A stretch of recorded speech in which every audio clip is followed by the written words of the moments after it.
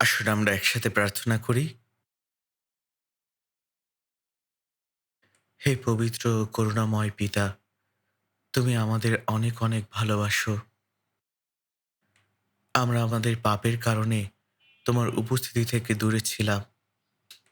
তুমি আমাদের প্রতি দয়া করেছিলে, আর আমরা তখনও জানতাম না তুমি কে। তবু তুমি তোমার একজাত পুত্র যীশু খ্রিস্টকে পাঠিয়েছিলে এই জগতে আমাদের উদ্ধার করার জন্য। আর যীশু খ্রিস্ট সেই অভিশাপগুলো সরিয়ে নিলেন। আর যে বিচার আমাদের প্রাপ্য ছিল তা তিনি গ্রহণ করে ক্রুশে মৃত্যুবরণ করলেন। আর তিনি যে মূল্যবান রক্ত ঝরিয়েছেন তার মধ্য দিয়ে আমাদের চিরকালের জন্য পাপ ক্ষমা হয়েছে। তাই আমাদের নিজের কোনো কাজের মধ্য দিয়ে নয়, কিন্তু তুমি আমাদের উদ্ধার করেছ। তাই পিতা, তোমার এই মহৎ অনুগ্রহের জন্য তোমাকে ধন্যবাদ জানাই। আর এ সময় যারা আমরা তোমার বহুমূল্য রক্ত দ্বারা ধৌত হয়েছি, আমরা একত্রিত হয়েছি তোমার প্রশংসা ও মহিমা করতে, তোমার বাক্য থেকে শিখতে এবং পবিত্র সহভাগিতায় মিলিত হতে। তাই পিতা, এই সমস্ত কিছুর জন্য তোমাকে ধন্যবাদ দিই। আমরা বিশ্বাস করি যে তুমি আমাদের সাথেই রয়েছ। দয়া করে আমাদের প্রত্যেকের দিকে তাকাও এবং তোমার করুণাময় হাত দিয়ে আমাদেরকে ধরে রাখো। প্রভু, আমরা এতই দুর্বল যে আমরা কখনো কখনো হোঁচট খাই এবং পড়ে যাই।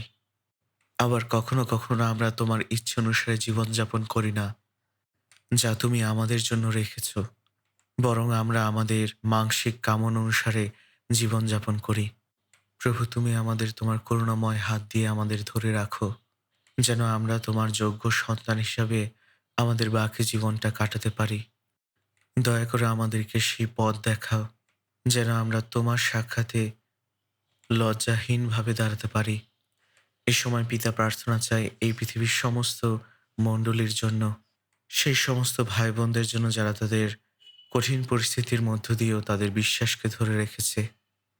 পিতা, তুমি তোমার অনুগ্রহ, তোমার বাক্য এবং পবিত্র আত্মার শক্তি দিয়ে তাদের ধরে রাখো, যেন তারা শেষ পর্যন্ত সুসমাচার প্রচারের জন্য প্রাণপণ করতে পারে। প্রভু, প্রতিদিন এবং সময় সময় আমাদের যে বাক্য দরকার, সেই বাক্য আমাদের দাও। আমাদের সেই পথ দেখাও যে পথ দিয়ে আমাদের চলা উচিত। এই সময় সত্যি আমরা বিশ্বাস করি যে তুমি আমাদেরকে শেখাচ্ছ। এই সমস্ত প্রার্থনা আমাদের প্রভু যীশু খ্রিস্টের নামে চাই। আমিন। আসুন আমরা বাইবেল খুলি। মথি ২৪ অধ্যায়,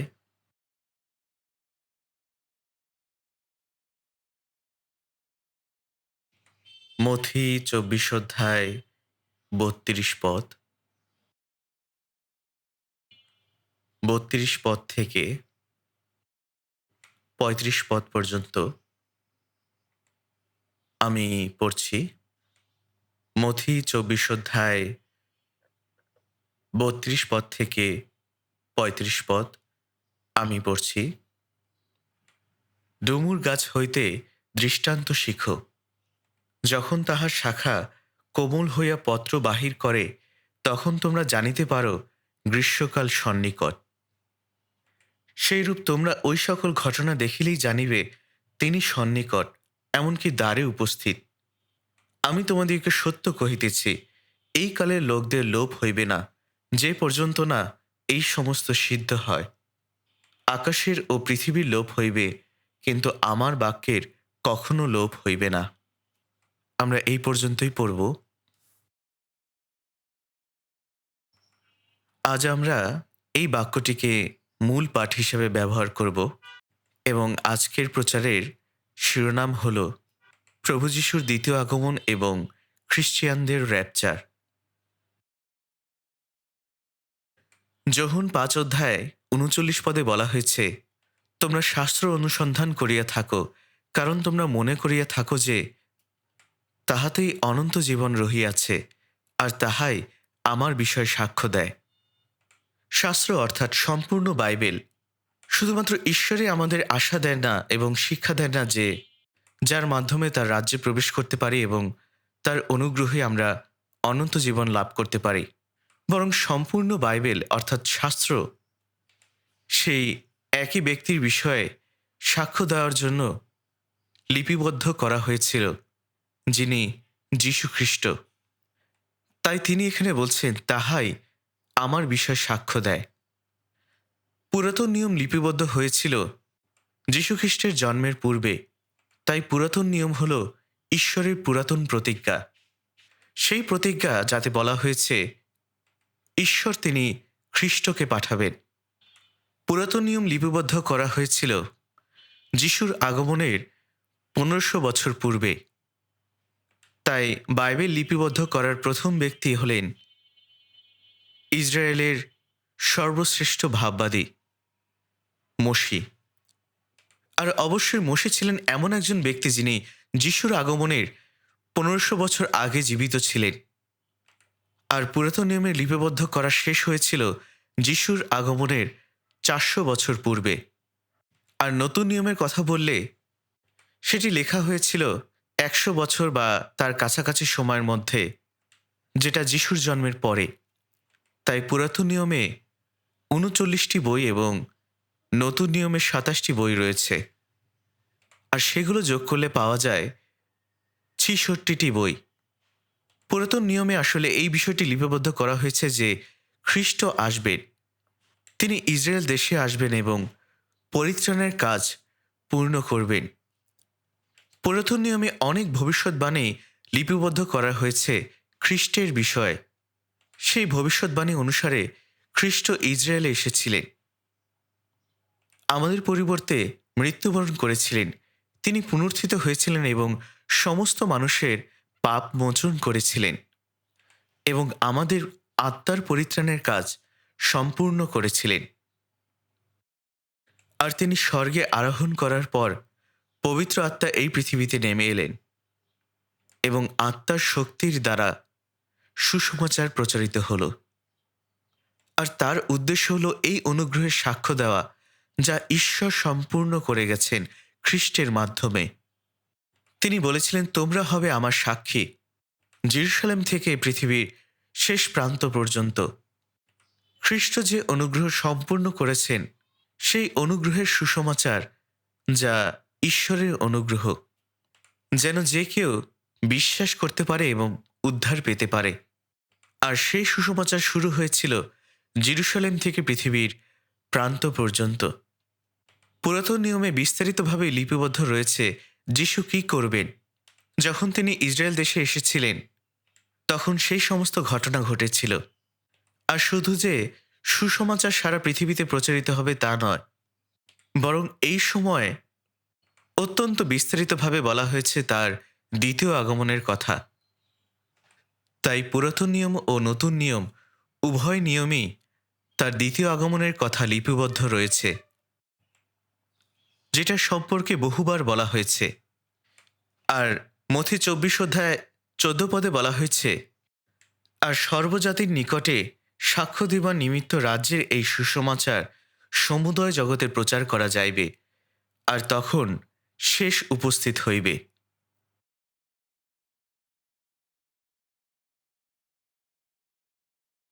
আর যিশু যখন এই কথাগুলো বলেছিলেন তখনও তার নিজের শিষ্যরাও পুরোপুরি বিশ্বাস করতে পারেনি। আর ইসরায়েলের লোকেরা, যে ইসরায়েল ঈশ্বরের মনোনীত জাতি, তারা জানত না যে যীশুখ্রিস্টই হলেন ঈশ্বরের মনোনীত খ্রিস্ট। আর তারা তাকে প্রত্যাখ্যান করে ক্রুশে দিল, যার ফলস্বরূপ তারা জাতিদের মধ্যে ছড়িয়ে পড়েছিল।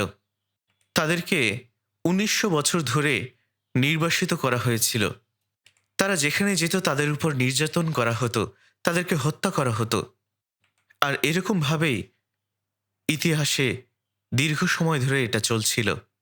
তাই মনে রাখবেন, বাইবেলে যিশুর দ্বিতীয় আগমন সম্পর্কে অত্যন্ত বিস্তারিতভাবে এই বিষয়গুলি বলা হয়েছে।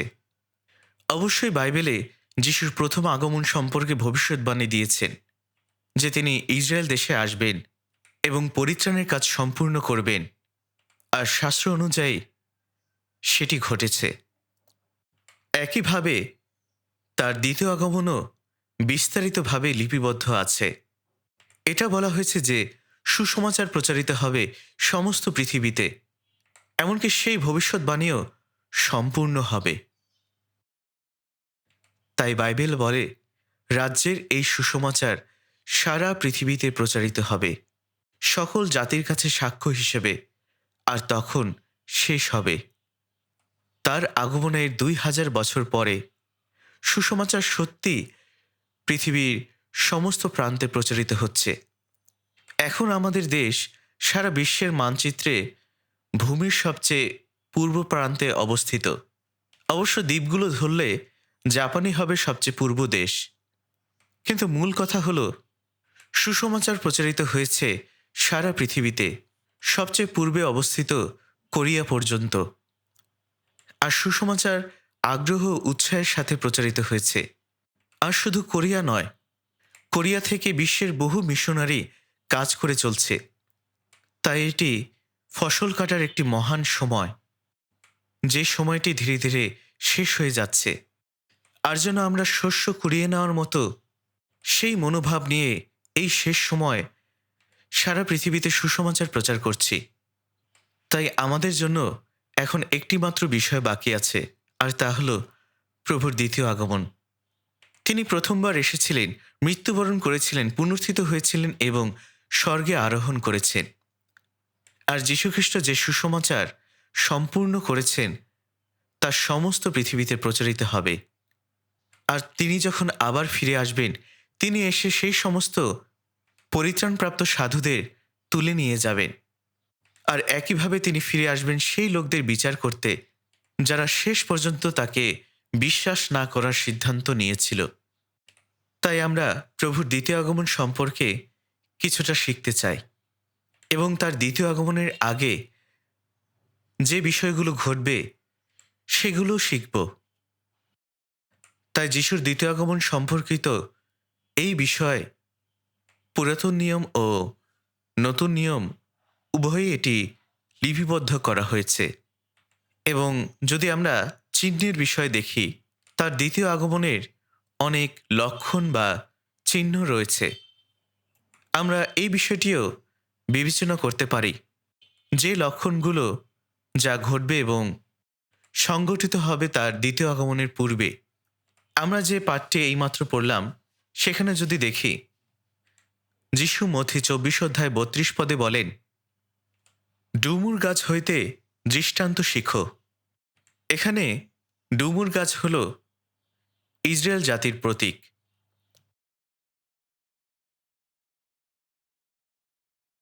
এটি মূলত ইসরায়েল জাতিকে ইঙ্গিত করে। আপনারা জানেন প্রতিটি দেশের নিজস্ব জাতীয় ফুল আছে, তাই তো? আমাদের কোরিয়ার জাতীয় ফুল হল জবা ফুল। কিন্তু এখন আশেপাশে সেগুলো দেখা খুব কঠিন। কেন আমি তা জানি না। আমি চাই সরকার এটির পৃষ্ঠপোষকতা করুক, যেন অনেক জবা ফুল চারপাশে দেখা যায়। আমি আশা করি সেগুলোর অনেকগুলো চারা রোপণ করা যেতে পারে, কিন্তু আশেপাশে সেগুলো খুব একটা বেশি দেখা যায় না। জবা ফুল খুব সুন্দর, কিন্তু একবার ফুটলে তার চারপাশে অনেক পোকামাকড় থাকে, ফলে তা সঙ্গে সঙ্গে শুকিয়ে যায়, আবার ফোটে, আবার শুকিয়ে যায়। মনে হয় এভাবেই সারা বছর চলতে থাকে। আমার মনে হয় এটি সত্যিই খুব ভালোভাবে প্রতীক হয়ে ওঠে কোরিয়ার মানুষের অদম্য দৃঢ়তার প্রতীক হিসেবে। আর জাপানের জাতীয় ফুল হল চেরি ফুল, আর সেগুলো একসঙ্গে ফোটে আর একসঙ্গে ঝরে পড়ে। আর তাই এটিকেই তারা বলে সামুরাই আত্মা। তাদের মধ্যে খুব সাহসী ও তীব্র একটা কিছু আছে, তাই না? জাপানের মানুষের জন্য এটাই যে সবচেয়ে ভালো ব্যাখ্যা তা আমি জানি না। তবে যাই হোক, ইসরায়েলের জাতীয় গাছ হলো ডুমুর গাছ। কিন্তু ডুমুর গাছের বিষয় হলো এগুলো ফুল ছাড়াই শস্য ও ফল উৎপন্ন করে। কিন্তু ডুমুর গাছটি যদি মাঝখান দিয়ে কাটেন, যদি আপনি মাঝখানটা খুলে দেন, তবে এটি দেখতে লুকিয়ে থাকা একটি ফুলের মতো দেখায়। এটি আসলে খুবই সুন্দর। তাই ডুমুর গাছ প্রতিনিধিত্ব করে এবং প্রতীক হয়ে দাঁড়ায় ইসরায়েলের জন্য। মথি 21 অধ্যায়ে যিশু যখন ফিরে এসে সকালে জেরুসালেম শহরে প্রবেশ করেছিলেন, তখন তিনি নাস্তা করতে পারেননি এবং খুব ক্ষুধার্ত ছিলেন। আর রাস্তার পাশে একটি ডুমুর গাছ ছিল, যাতে পাতা ছাড়া আর কিছুই ছিল না। আর কোনো ফল আছে কিনা তা দেখতে তিনি কাছে গেলেন, কিন্তু কিছুই দেখতে পেলেন না। সেই গাছে শুধু পাতা ছিল। আর যিশু গাছটিকে অভিশাপ দিলেন এবং ডুমুর গাছটি শুকিয়ে গেল। আর বার্ট্রেন্ড রাসেল নামে একজন লোক ছিলেন। তিনি একজন দার্শনিক ছিলেন। তার বাবা মা অনেক আগেই মারা গিয়েছিল, আর তার দাদি তাকে বড় করেছিলেন। তার দাদি ছিলেন অত্যন্ত বিশ্বাসী একজন নারী। তবে রাসেল শেষ পর্যন্ত যিশুতে বিশ্বাস করেননি। এমনকি তিনি একটি বইও লিখেছিলেন, যার শিরোনাম হল আমি কেন খ্রিস্টিয়ান নই।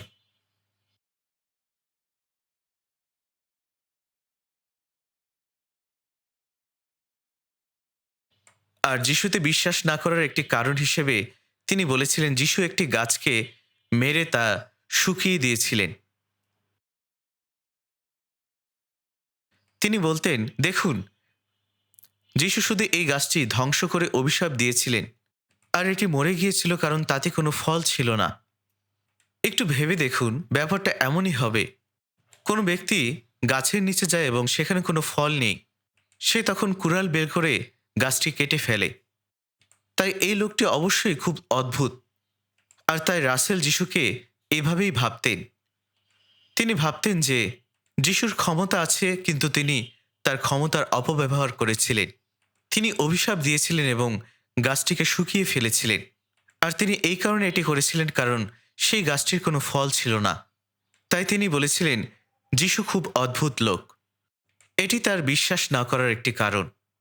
অবশ্যই যিশুর এটি করার একটি কারণ ছিল, আর সেটি হলো এই ডুমুর গাছ হলো ইসরায়েল জাতির প্রতীক, যারা গর্ব করত এবং বড়াই করত যে তারা ঈশ্বরের মনোনীত লোক। তাদের ছিল চমৎকার মহিমান্বিত মন্দির এবং ধর্মীয় ব্যবস্থা। তারা বাইরে থেকে সবকিছু খুব সুন্দরভাবে করত, কিন্তু ঈশ্বরের চোখে তারা ছিল ফলহীন। এই ফলটি কি? তাদের উচিত ছিল যীশু খ্রিস্টকে তাদের হৃদয়ে গ্রহণ করা, যেন তারা উদ্ধার পেতে পারে, যেন তারা স্বর্গে যেতে পারে। এটাই হলো তাদের ফল, কিন্তু তারা যীশু খ্রিস্টে বিশ্বাস করেনি। আরও বড় কথা, তারা তাকে প্রত্যাখ্যান করেছিল। তাই সেই সময় ইসরায়েল জাতি একটি ডুমুর গাছের মতো ছিল, যেটি ছিল পাতায় ভরা ফলহীন একটি গাছ। বাইরে থেকে তারা অনেক গর্ব করত, তারা বড়াই করত এবং তাদের মন্দিরের সামনে তারা বিভিন্ন ধরনের উপাসনা করত। কিন্তু বাস্তবে ঈশ্বর তাদের অভিশাপ দিবেন, কারণ তারা সেই ফল বহন করেননি যেটি ঈশ্বর দিয়েছিলেন। তাই এই ঘটনার মধ্য দিয়ে ঈশ্বর আমাদের এটাই শেখাতে চেয়েছিলেন। কিন্তু সেই ডুমুর গাছটি চিরতরে মারা যায়নি।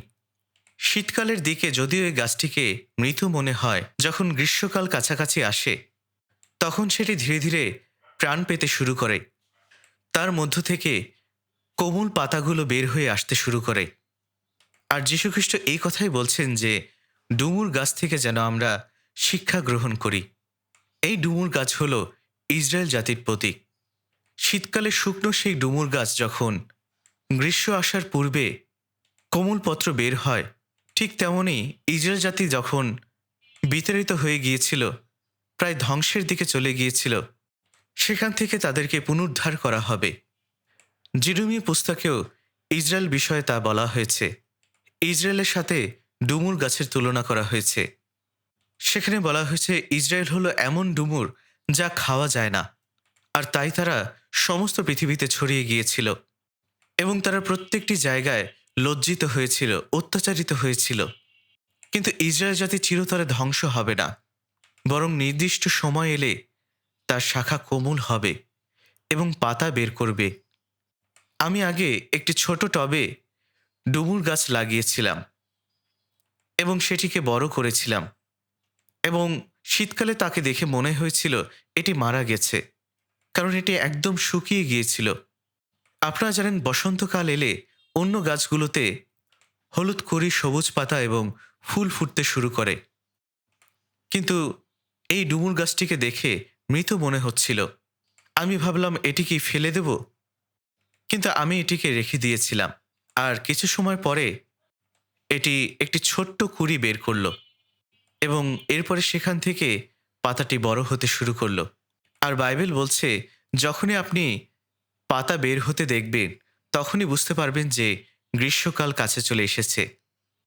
তাই যদিও অনেকেই ভেবেছিলেন যে ইসরায়েল জাতি সম্পূর্ণ ধ্বংস হয়ে যাবে, যীশুখ্রিস্টকে প্রত্যাখ্যান করার ফলস্বরূপ 70 খ্রিস্টাব্দে সম্রাট টাইটাসের মধ্য দিয়ে 11 লক্ষ ইসরায়েলকে হত্যা করা হয়েছিল এবং এরপরে ইসরায়েল জাতি সারা পৃথিবীতে ছড়িয়ে পড়েছিল।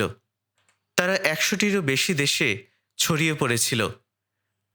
আর তারা যেখানেই গিয়েছিল সেখানেই তারা নিপীড়নের মুখোমুখি হয়েছিল, তাদের হত্যা করা হয়েছিল। আর এই বিষয়গুলো চলছিল 1900 বছর ধরে। তারা আসলে ভীষণ দুর্দশার মধ্যে ছিল এবং মনে হচ্ছিল তারা সম্পূর্ণভাবে পৃথিবীর বুক থেকে ধ্বংস হয়ে গিয়েছে। তাদের নিজেদের দেশ ছিল না 2000 বছর ধরে।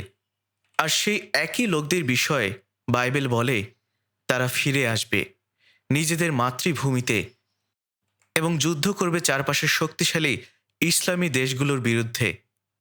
তারা তাদের সাথে লড়াই করে ভূমি ফিরিয়ে নেবে এবং মরুভূমির জমিকে সমৃদ্ধ ও উর্বর করবে। এটা আসলে কিভাবে সম্ভব হবে? এমন ঘটনা পৃথিবীতে কখনো ঘটেনি। আপনারা জানেন, কোনো দেশ যদি 2000 বছর ধরে অস্তিত্বহীন থাকে, তখন লোকে এটিকে বলবে এটি অনেক অনেক আগের একটি পৌরাণিক ঘটনা। এটা অনেকটা কিংবদন্তির মতো শোনায়। এটি অনেক আশ্চর্যজনক যে সেই জাতির লোকেরা তারা তাদের আবার নিজেদের দেশে ফিরে আসবে, যে দেশটি মুসলমানদের দখলে চলে গিয়েছিল, যারা ছিল ইসরায়েলের প্রকৃত শত্রু। আর ইসলামী দেশগুলো সত্যি শক্তিশালী। 50টিরও বেশি ইসলামী দেশ আছে এবং কয়েকশো কোটি মুসলিম আছে। তারা ইসরায়েলের সম্পূর্ণ শত্রু।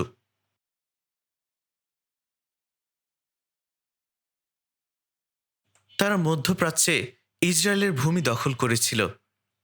মন্দির যেখানে ছিল সেই স্থানটি দখল করে সেখানে তারা মসজিদ বানিয়েছিল। তারা তাদের উপাস্য আল্লাহর সেবা করেছিল। ভাবুন তো, পৃথিবীতে কিভাবে সম্ভব হবে ইসরায়েল জাতি নিজ দেশে ফিরে এসে তাদের ভূমি উদ্ধার করবে এবং সেই মরুভূমির জমিকে আবার উর্বর জমিতে প্রতিষ্ঠা করবে? এটা তো আসলে একেবারেই অসম্ভব বিষয়। হ্যাঁ, এটা সত্য যে ঈশ্বর ইসরায়েল লোকদের সারা পৃথিবীতে ছড়িয়ে দিয়েছিলেন, কারণ তারা খ্রিস্টকে প্রত্যাখ্যান করেছিল। এটা সত্য যে ইসরায়েল লোকদের ধ্বংস করা হয়েছিল, এটা দেখানোর জন্য যে ঈশ্বর মৃত নন। যে ইহুদি লোকদের সম্পূর্ণ ধ্বংস হয়েছে বলে মনে হয়েছিল, ইসরায়েল লোকদের অর্থাৎ ঈশ্বরের মনোনীত লোকদের, তারা তাদের নিজেদের দেশে অলৌকিকভাবে ফিরে এসেছিল এবং ঈশ্বর তাদের দেশ পুনঃপ্রতিষ্ঠা করতে সাহায্য করেছিলেন। 1948 সালের 14ই মে ইসরায়েল জাতি তাদের নিজেদের দেশে ফিরে এসেছিল। তাই ইহুদি লোকেরা তেল আবিবের একটি নির্দিষ্ট শিল্প জাদুঘরে একত্রিত হয়েছিল। তারা সেটি ধার নিয়েছিল এবং সেখানে ঘোষণা করেছিল যে ইসরায়েল একটি স্বাধীন রাষ্ট্র। প্রথম প্রধানমন্ত্রী ছিলেন বেন গুরিয়ন। তারা বলেছিলেন ইসরায়েল একটি স্বাধীন রাষ্ট্র। আর আরবদের দৃষ্টিতে এটি একটি হাস্যকর বিষয় ছিল। তারা বলছিল, তোমরা কি মজা করছো? তোমরা নিজেদের একটি দেশ বলছো? তোমরা তো 2000 বছর ধরে হারিয়ে গিয়েছিলে, আর এখন তোমরা একটি এলোমেলো শিল্প জাদুঘর ধার করেছ আর সেখানে গিয়ে বলছো আমরা একটি স্বাধীন রাষ্ট্র। এটি সত্যি অনেক হাস্যকর বিষয়। কিন্তু আশ্চর্যের বিষয় হলো, যুক্তরাষ্ট্র ইসরায়েলের স্বাধীনতাকে স্বীকৃতি দিয়েছিল। যুক্তরাজ্য এবং একইভাবে অনেক পশ্চিমা দেশ ইসরায়েলের স্বাধীনতাকে স্বীকৃতি দিয়েছিল। তারা তাদের সরকারি বিবৃতি দিয়েছিল। আর আরব দেশগুলো সম্পূর্ণভাবে হতবাক হয়ে গিয়েছিল। কি হচ্ছে?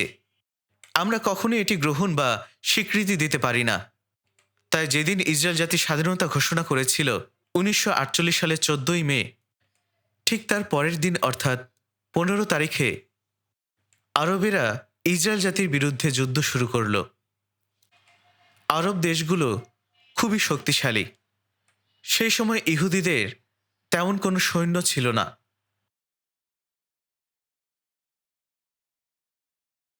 তাদের তেমন কোনো অস্ত্রও ছিল না।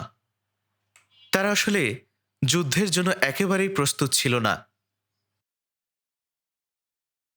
তাই এই দেশগুলো যুদ্ধ করেছিল যেন তারা ইসরায়েল জাতিকে সম্পূর্ণভাবে নিশ্চিহ্ন ও ধ্বংস করে দিতে পারে। তাই তারা যুদ্ধ শুরু করলো। কিন্তু মজার বিষয় হলো, ইসরায়েল জয়ী হলো। তারা কিভাবে জিতল? এটি সত্যি অনেক আশ্চর্যের বিষয়। ঈশ্বরই তাদের এই যুদ্ধে জয়ী হতে সাহায্য করেছিলেন। 1967 সালে জুন মাসে 6 দিনের আরেকটি যুদ্ধ হয়েছিল। এভাবে তারা দ্বিতীয় যুদ্ধ, তৃতীয় যুদ্ধ, প্রত্যেকটি যুদ্ধে জয়লাভ করেছিল। আর সেই সময় মিশরের প্রেসিডেন্ট ছিলেন প্রেসিডেন্ট নাসের। তিনি নিজেকে 20 শতকের একজন স্বঘোষিত নায়ক বলতেন। আর তিনি ছিলেন আরব জোটের নেতা। তারা প্রথম যুদ্ধে, দ্বিতীয় যুদ্ধে ইসরায়েল জাতির কাছে হেরে গেল। তারা অত্যন্ত ছোট একটি দেশ ইসরায়েলের কাছে হেরে গিয়েছিল। এই বিষয়টি একেবারেই যুক্তিসঙ্গত মনে হয় না। আর তাই নাসের বলেছিলেন, আমি এই অভিযানের শেষ দেখে ছাড়ব। তাই তিনি 14টি আরব দেশ নিয়ে একটি জোট গঠন করলেন। তারা ইহুদি লোকদের তাদের ভূমি থেকে সমুদ্রে ঠেলে দেওয়ার চেষ্টা করেছিল। সেই জোটটি যুদ্ধের 1 সপ্তাহ আগে তারা যুদ্ধকালীন একটি পোস্টার তৈরি করেছিল এবং সেখানে দেখানো হয়েছিল যে তারা ইসরায়েল জাতিকে ভূমধ্যসাগরে ঠেলে দিচ্ছে। আর সেখানে একটি কথা লেখা ছিল, তোমরা ইহুদিরা জাহান্নামে যাও। তাদের পরিকল্পনা ছিল ইসরায়েল জাতিকে সম্পূর্ণভাবে নিশ্চিহ্ন করে ফেলা। কিন্তু এরপরে কি ঘটল আপনারা সবাই জানেন। ইসরায়েল অসাধারণভাবে জয়ী হলো। আর মাত্র 6 দিনের মধ্যেই যুদ্ধ শেষ হলো। তারা জেরুসালেম পুনরুদ্ধার করল। তারা গোলান হাইটস দখল করার মতো দূর পর্যন্ত গিয়েছিল, যা সিরিয়ার ছিল। তারা এছাড়াও সিনাই উপদ্বীপ দখল করেছিল। অথচ ইসরায়েল সৈন্যের সংখ্যা খুবই কম ছিল। উদাহরণস্বরূপ, একটি ট্যাঙ্কে ধরা যাক সেখানে থাকার কথা ট্যাঙ্ক চালানোর জন্য নির্দিষ্ট সংখ্যক কিছু সদস্য, কিন্তু তাদের সৈন্য সংখ্যা অনেক কম থাকায় সেখানে 2 জন বা তার কাছাকাছি সদস্য ছিল। কিন্তু তা সত্ত্বেও তারা নেমে গিয়েছিল সিনাই উপদ্বীপ পর্যন্ত এবং তারা তাদের সমস্ত ভূমি দখল করেছিল। আরবদের কাছে কি ছিল? তাদের কাছে ছিল সেই সময় সবথেকে নতুন প্রযুক্তি ও ক্ষেপণাস্ত্র। তারা ইসরায়েলকে সম্পূর্ণভাবে ধ্বংস ও আক্রমণ করে পরাস্ত করার চেষ্টা করেছিল। কিন্তু ব্যাপারটি হলো, 6 দিনের মধ্যেই ইসরায়েল জাতি তার ভূমির আয়তন 3 গুণ করেছিল। আর অবশ্যই যুক্তরাষ্ট্র ইসরায়েলকে সহায়তা করেছিল। আমার মনে হয় আমেরিকায় ইহুদিদের শক্তি এর পিছনে চালিকা শক্তি। তাই সেই সময় ইহুদি যুদ্ধবিমান ব্যবহার করেছিল আমেরিকার প্রধান ফ্যান্টমগুলো, আর আরবেরা উড়াচ্ছিল সোভিয়েত যুদ্ধবিমান। সেই সময় তারা ফ্রান্সের তৈরি যুদ্ধবিমান চালাচ্ছিল, যেটার নাম ছিল মিরাজ। তাই এই সব যুদ্ধবিমানের সক্ষমতা মোটামুটি একই রকম ছিল। কিন্তু আসল কথা হলো, তারা কখনো প্রতিযোগিতা করতে পারত না ইসরায়েলি বিমান বাহিনীর পাইলটদের সঙ্গে। তারা কখনো পারত না। আর আমাদের মণ্ডলীতেও এমন কয়েকজন ভাই আছেন যারা বর্তমানে বিমান বাহিনীতে পাইলট হিসেবে কাজ করছেন। আর বিমান বাহিনীতেও তারা কখনো কখনো গবেষণা করে কিভাবে এই পাইলটেরা তাদের বিমান উড়ান। তারা প্রশিক্ষণ নেন। এটি আসলে খুবই আকর্ষণীয় এবং তারা কখনো কখনো এই বিষয়গুলো বুঝতে পারে। তৃতীয় মধ্যপ্রাচ্যের যুদ্ধের সময় আরবেরা প্রথমে ইসরায়েলের বিরুদ্ধে যুদ্ধ ঘোষণা করেছিল।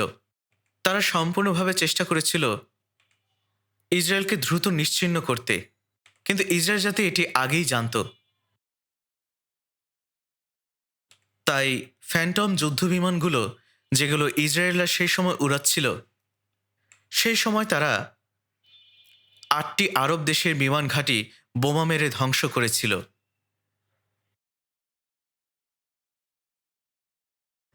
এবং আকাশযুদ্ধেও ইসরায়েলই শ্রেষ্ঠ ছিল।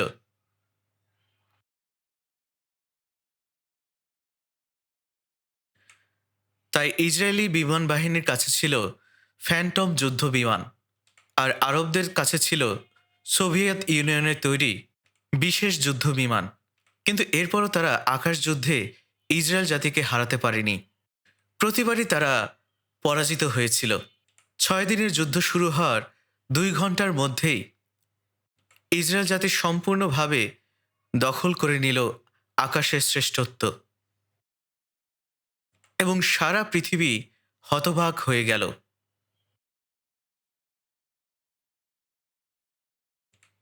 আর মাত্র 6 দিনের মধ্যেই তারা পেল সিনাই উপদ্বীপ। আর ইসরায়েলের ফ্যান্টম যুদ্ধবিমানগুলো কায়রোর আকাশের উপর দিয়ে উড়ে যেত। আর হঠাৎ সেই যুদ্ধবিমানগুলো শব্দের চেয়ে দ্রুত গতিতে উড়ে বেড়াতো এবং পথে থাকা সব জানলাগুলো ভেঙে দিত। মূলত তারা এই বার্তা পাঠাচ্ছিল, তোমরা কি করবে? যদি আত্মসমর্পণ না করো তাহলে আমরা কায়রো ধ্বংস করে দেব।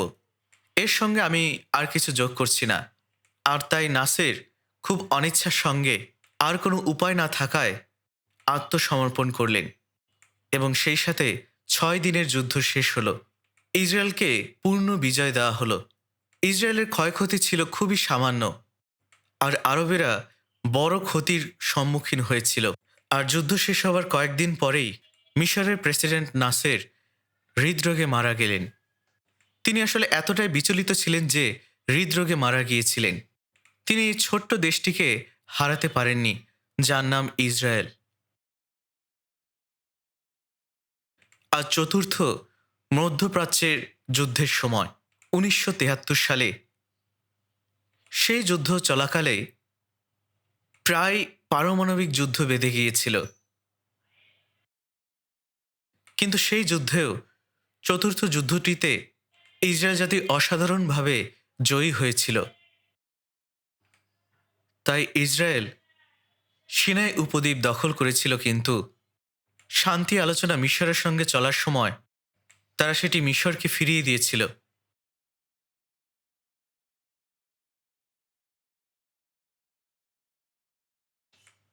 আরবেরা শক্তিশালী ছিল, কিন্তু সেই সময় ইসরায়েল ছিল খুব ছোট। তাদের জনসংখ্যা ছিল মাত্র 20 লক্ষ। সেই সময় ইসরায়েলে যারা বাস করত এবং তাদের ভূমির আয়তন ছিল কম বেশি আমাদের গাংওয়ান প্রদেশের সমান। তাই আরবেরা ইহুদিদের সম্পূর্ণভাবে ভূমধ্যসাগরে ঠেলে দিতে চেয়েছিল, কিন্তু তারা পারেনি।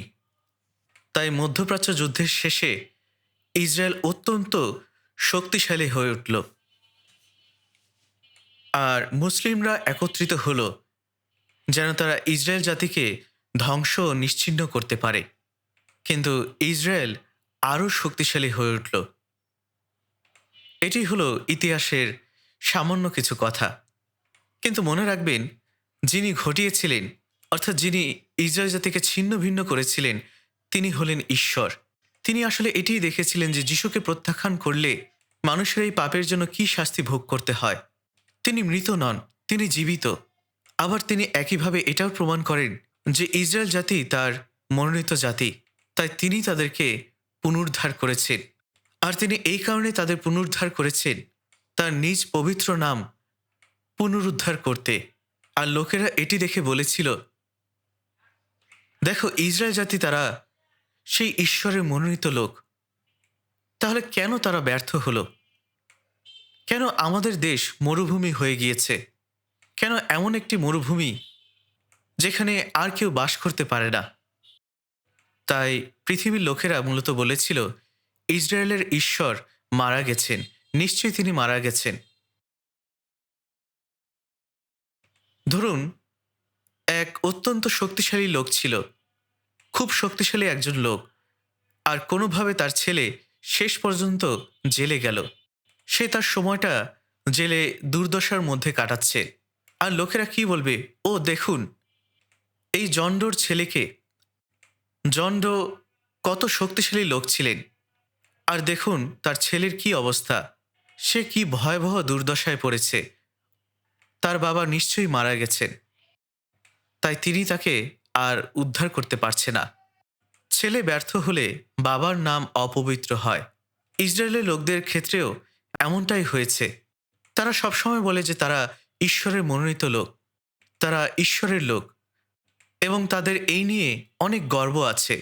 আর তাই লোকেরা তাদেরকে এই বলে কটাক্ষ করত, তোমরা নিজেদেরকে ঈশ্বরের লোক বলো, কিন্তু তোমাদের ঈশ্বর কোথায়? তোমরা তো এখন মারা যাচ্ছ।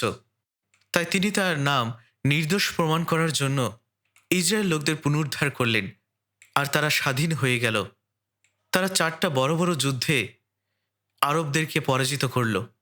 তাই এই বিষয়ে আর কোনো ব্যাখ্যার দরকার নেই যে এটি ঈশ্বর করেছেন, কারণ ঈশ্বর এই প্রতিজ্ঞা করেছেন যে ইসরায়েল জাতি কখনো ধ্বংস হবে না। বরং এখন থেকে কোনো দেশ বা জাতি যদি ইসরায়েলের সাথে ঝামেলা করে, তারাই ধ্বংস হবে। তারা আসলে বাইবেল সম্পর্কে জানে না। অবশ্য কয়েক বছর আগেও যখন হামাস ইসরায়েলে আক্রমণ করেছিল, হামাস ইসরায়েলকে সম্পূর্ণভাবে নিশ্চিহ্ন করতে একসঙ্গে আক্রমণ করতে চেয়েছিল। তারা হাজার হাজার ক্ষেপণাস্ত্র ও রকেট ছুঁড়েছিল। তারা ভেবেছিল সব শেষ। কিন্তু দেখুন, গাজায় বসবাসকারী কয়েক শত হাজার মানুষ এখন মৃত। শুধু গাজা উপত্যকা নয়, বরং লেবাননেও এখন ইরানের সঙ্গে যুদ্ধ চলছে। এবং এই যুদ্ধটি আসলে অনেক বড় একটি যুদ্ধ। ইরানের উদ্দেশ্য হল এই পৃথিবীর মানচিত্র থেকে ইসরায়েলকে সম্পূর্ণভাবে নিশ্চিহ্ন করে ফেলা।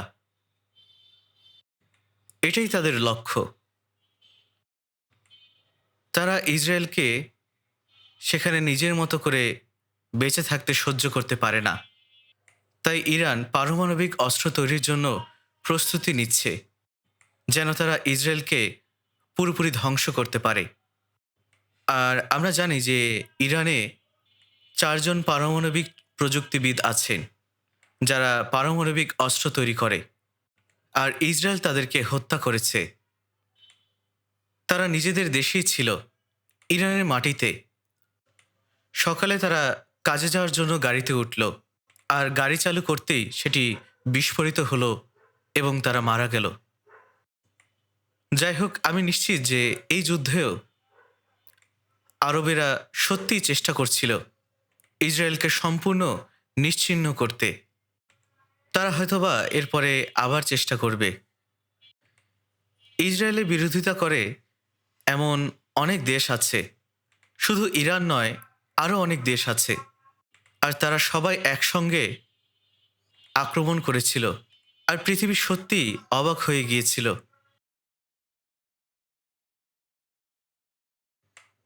ইরান কখনো ইউরেনিয়াম ছেড়ে দেবে না, কারণ এই ইউরেনিয়াম পারমাণবিক বোমা তৈরি করতে সাহায্য করে। পারমাণবিক বোমা তৈরির জন্য তাদের ইউরেনিয়াম প্রয়োজন, তাই তারা কখনো তা ছেড়ে দেবে না। এটাই আমার মনে হয়। আর এই সময়ও কেটে যাবে, এবং কোনো একভাবে এই যুদ্ধটি একটি সমাপ্তিতে পৌঁছাবে। খুব বেশি লাভ ছাড়াই এই যুদ্ধ থেমে যাবে। তাই শেষ যুদ্ধে অবশ্যই ইরানের সাথে চীন এবং রাশিয়া থাকবে। এখনও যদিও ইরানের সাথে চীন এবং রাশিয়া আছে, আর ইসরায়েলের পিছনে রয়েছে যুক্তরাষ্ট্র, এবং অবশ্যই সবার উপরে আছেন ঈশ্বর। ইসরায়েলের লোকদের এখনও যীশুখ্রিস্টকে হত্যা করার পাপের জন্য অনুতপ্ত হতে হবে। আমি ইসরায়েলে 3বার গিয়েছি, আর তৃতীয়বার ইসরায়েল সফরে সুসমাচার প্রচার করেছিলাম। সেখানে 20 জন পালক এবং 20 জন তাদের স্ত্রী নিয়ে, অর্থাৎ মোট 40 জন নিয়ে আমরা একটি বাইবেল সেমিনারের আয়োজন করেছিলাম। সেটা ছিল গালিল সাগরের কাছে কিবুৎস হোটেলে। আর কয়েকদিন ধরে আমরা সেখানে বাইবেল সেমিনার করেছিলাম। এবং সুসমাচার প্রচার করেছিলাম। ইসরায়েলে যারা যিশুতে বিশ্বাস করে তারা খুবই ক্ষুদ্র একটি সংখ্যালঘু গোষ্ঠী। আর সেই অতি ক্ষুদ্র সংখ্যালঘু লোকদের সম্পর্কে আমি ভেবেছিলাম তারা সকলেই পরিত্রাণপ্রাপ্ত, কিন্তু দেখা গেল তারা তা নয়। তারা মর্মীবাদ এবং পেন্টিকস্টালের মধ্যে পড়ে গিয়েছে, আর তাই আমি খুব হতাশ হয়েছিলাম। আর ইহুদিরা তারা সম্পূর্ণভাবে চেষ্টা করেছিল যারা যিশুতে বিশ্বাস করে তাদের দেশ থেকে সম্পূর্ণভাবে সরিয়ে দিতে। ইসরায়েলে যারা যিশুতে বিশ্বাস করে তাদের জন্য অনেক অত্যাচার রয়েছে। তাহলে ঈশ্বর এখনও কেন ইসরায়েলকে সাহায্য করেন? তারা এখনও তাদের খ্রিস্টকে প্রত্যাখ্যান করার পাপ থেকে অনুতপ্ত হয়নি। আপনারা হয়তোবা জানেন, তেল আবিব হলো এমন একটি শহর যেখানে পৃথিবীর সবথেকে বেশি সমকামী মানুষ আছে, এবং তেল আবিব হলো ইসরায়েলের একটি উপকূলীয় শহর। আর অনেক ইহুদি এখনও ঈশ্বরকে বিশ্বাস করে না। তারা সরাসরি বলে যে তারা ঈশ্বরকে প্রত্যাখ্যান করে এবং ঈশ্বরকে অস্বীকার করে, কারণ গত 2000 বছর ধরে তারা পৃথিবী জুড়ে ছড়িয়ে ছিটিয়ে ছিল। তাদেরকে সেই হলোকাস্টের শিকার হতে হয়েছিল, যেখানে অনেক অনেক ইহুদি মারা গিয়েছিল। আর সেই সময় ইহুদিরা কাঁদছিল এবং ঈশ্বরের কাছে তাদের সাহায্য প্রার্থনা করেছিল, কিন্তু ঈশ্বর তাদের প্রার্থনা শুনলেন না। আর আমি সত্যি পোল্যান্ডের একটি নির্দিষ্ট জায়গায় আমাদের এক প্রবীণদের সঙ্গে দেখা করতে গিয়েছিলাম। সেখানে আমি নিজের চোখে দেখেছি সেই জায়গায় অনেক অনেক ইহুদিকে আটক করে হত্যা করা হয়েছিল, আর সেই জায়গাটি এখনও সংরক্ষিত আছে।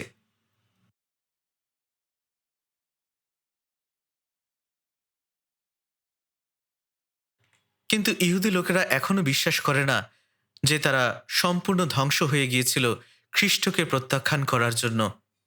তাই খ্রিস্টকে প্রত্যাখ্যান করার জন্য তারা এখনও অনুতপ্ত হচ্ছে না। তাহলে ঈশ্বর এখনও কেন ইসরায়েলকে সাহায্য করেন? যেমন আমি আগে বলেছি, এর আসলে অন্য কোনো কারণ নেই। এটা হলো শুধুমাত্র তার নামের জন্য। কারণ ইসরায়েল যেখানেই যাক সবসময় ঈশ্বরের লোক হিসাবে শ্রেণীবদ্ধ। তাই জিএসকেল 36 অধ্যায় বাইবেল বলে, ইসরায়েলের পুনরুদ্ধার তাদের জন্য নয়, বরং এটি ঈশ্বরের পবিত্র নাম পুনরুদ্ধার করার জন্য ইসরায়েল জাতিকে ঈশ্বর স্বাধীন করেছিলেন। যদিও ইসরায়েলের কারণেই তার নাম অপবিত্র হয়েছিল। আর এই যুদ্ধটিও খুব একটা বেশি লাভ ছাড়াই শেষ হবে। আর এর পর সমস্যাটি হলো, এই যুদ্ধটি শেষ নয়। রাশিয়া ইসরায়েলের বিরুদ্ধে তাদেরকে আঘাত করার উদ্দেশ্যে তারা ইসরায়েলের দিকে নেমে আসবে। এখন তারা ইউক্রেনের সাথে যুদ্ধ করতে ব্যস্ত, কিন্তু সেই যুদ্ধ খুব শীঘ্রই শেষ হবে। ইতিমধ্যেই রাশিয়া মূলত ইরানকে সহায়তা, সমর্থন এবং নিয়ন্ত্রণ করছে, আর চীনও একই কাজ করবে। শেষ যুদ্ধে যেমন জিএসকেল 38 অধ্যায় বলা হয়েছে, আর রুশ, বাইবেল স্পষ্ট করে বলে রুশ হলো রাশিয়া। তা আমি বছরে কয়েকবার রাশিয়া যেতাম মস্কোতে সুসমাচার প্রচার করতে, এবং ইউক্রেনে 2বার গিয়েছি। আর এখন আমরা তাদের আর সোভিয়েত ইউনিয়ন বলি না, তাদেরকে এখন রাশিয়া বলা হয়, যেটা রুশ শব্দ থেকে এসেছে।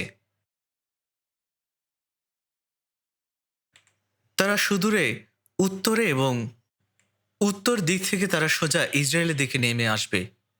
সেই রুশ হলো রাশিয়া, মস্কো এবং তুবল। তাই রাশিয়ার চারপাশে কয়েকটি অনুগত রাষ্ট্র আছে, আর তাই রাশিয়া যুদ্ধ করার সময় এই অনুগত রাষ্ট্রগুলোকে একসাথে নিয়ে শেষ যুদ্ধে ইসরায়েলের বিরুদ্ধে আঘাত হানবে। বর্তমানে এই যুদ্ধটি শেষ হওয়ার পর ভবিষ্যতে যে যুদ্ধটি হবে সেটা হলো চূড়ান্ত যুদ্ধ। আমি জিএসকেল 38 অধ্যায় খুলব না, কারণ সেটা করলে সেই অধ্যায়ের উপরেই আজকের সারমন শেষ করতে হবে। কিন্তু আপনারা যদি জিএসকেল 38 অধ্যায় খুলে দেখেন, তাতে বলা হয়েছে ঈশ্বর তাদের ফিরিয়ে দেবেন তাদের চোয়ালে বড়শি লাগিয়ে তাদের বের করে আনবেন। ঈশ্বর রাশিয়াকে টেনে এনে ইসরায়েলে নিয়ে আসবেন। কেন? তাদের হত্যা করার জন্য। তাই আমি প্রতি বছর রাশিয়া যেতাম। আমি কয়েক বছর গিয়েছি, কিন্তু তাদের এই কথা বলতে পারিনি।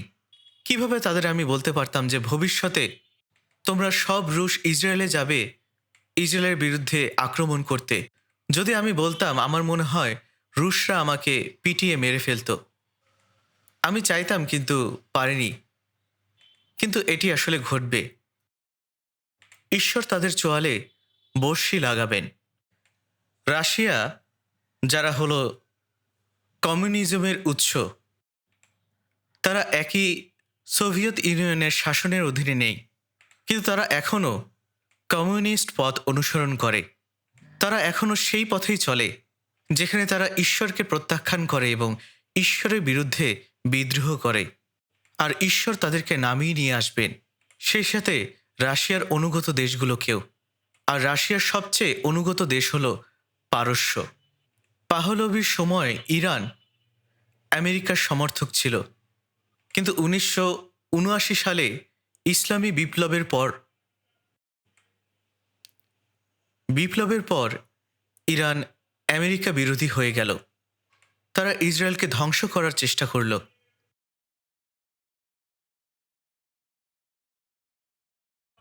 অর্থাৎ তারা সেই আরবদের সাথে যোগ দিল। আর আরবেরাও ইরান, তারা ইসরায়েলকে নিশ্চিহ্ন করার চেষ্টা করছে। কিন্তু বিষয় হলো, ইসরায়েল যদি নিশ্চিহ্ন হয়ে যেত তাহলে বাইবেল ভুল হয়ে যেত। আসলে ইসরায়েলের বিরুদ্ধে লড়াই করা মানে ঈশ্বরের বিরুদ্ধেই লড়াই করা। ঈশ্বর কি তা ক্ষমা করেন? এমনকি সমগ্র পৃথিবী যদি এসে ইসরায়েলের বিরুদ্ধে লড়াই করার জন্য একত্রিত হয়, তবুও তারা জয়ী হতে পারবে না। সখরীয় 14 অধ্যায়ে বলা হয়েছে, কারণ আমি সমুদয় জাতিকে যুদ্ধার্থে জেরুসালামের বিরুদ্ধে সংগ্রহ করিব।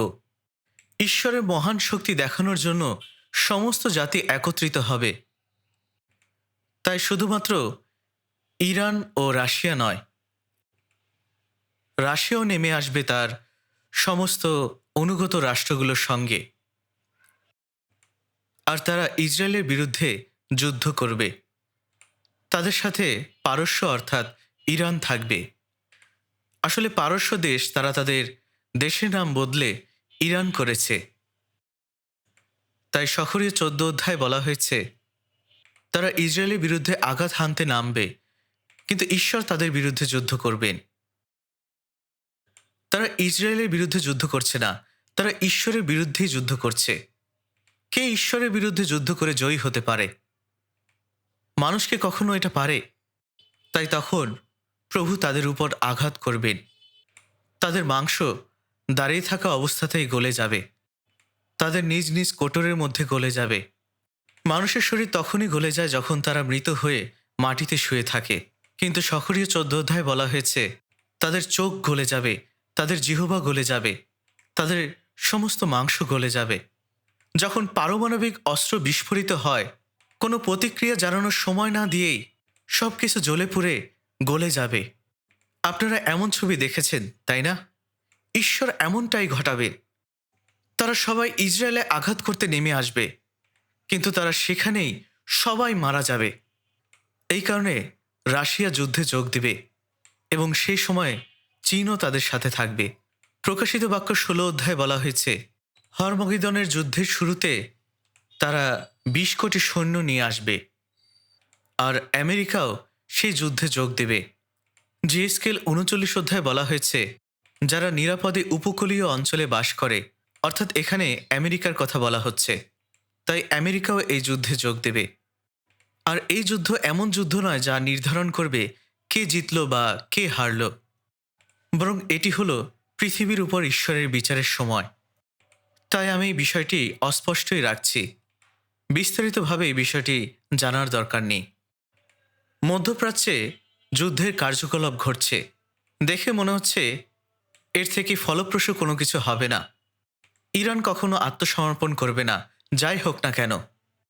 কারণ ইরান যদি আত্মসমর্পণ করে তাহলে বাইবেল ভুল হয়ে যাবে।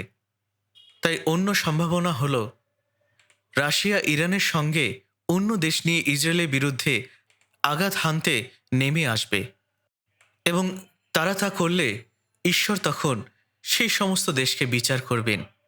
আর সেই সময় শুধু একটি যুদ্ধ হবে না, যেটা শুধুমাত্র মধ্যপ্রাচ্যের মধ্যে সীমাবদ্ধ থাকবে। এই যুদ্ধ হবে পারমাণবিক যুদ্ধ, যার মাধ্যমে সমস্ত মানবজাতি ধ্বংস হবে। আর এই চূড়ান্ত যুদ্ধ খুব বেশি দূরে নয়। আজকাল আমরা যে যুদ্ধগুলো দেখি সেগুলো অতীতে দেখা যুদ্ধগুলোর থেকে অনেক আলাদা। এখানে কিছু অদ্ভুত ব্যাপার ঘটছে। ইসরায়েল যদিও যুদ্ধ করছে, কিন্তু পিছনে রয়েছে আমেরিকা।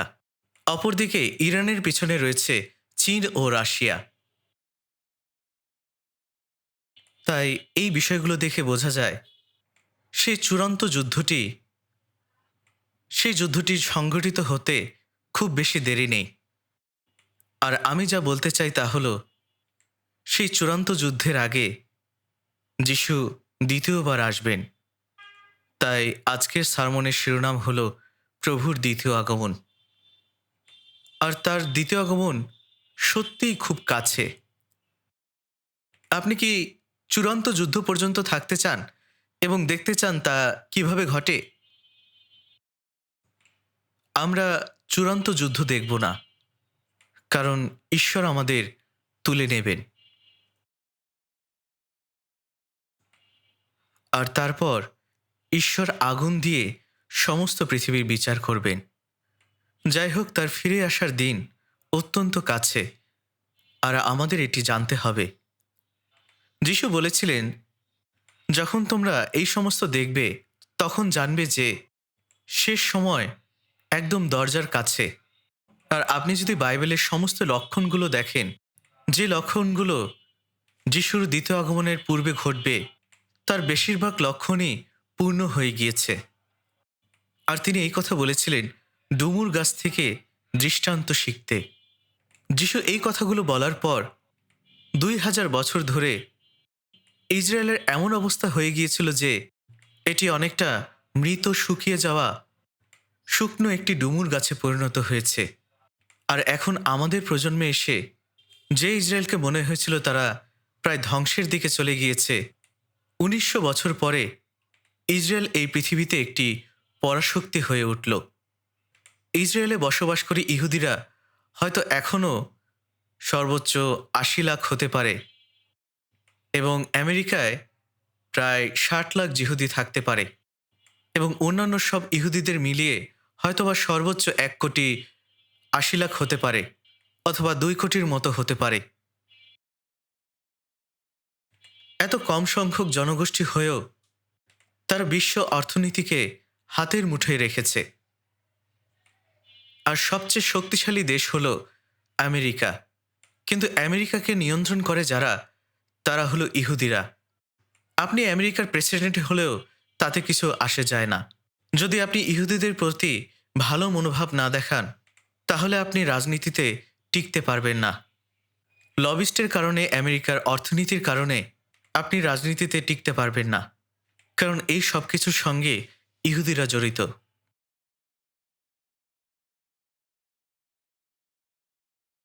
তাই আসলে চূড়ান্ত যুদ্ধটি সত্যি অনেক ভয়াবহ যুদ্ধ।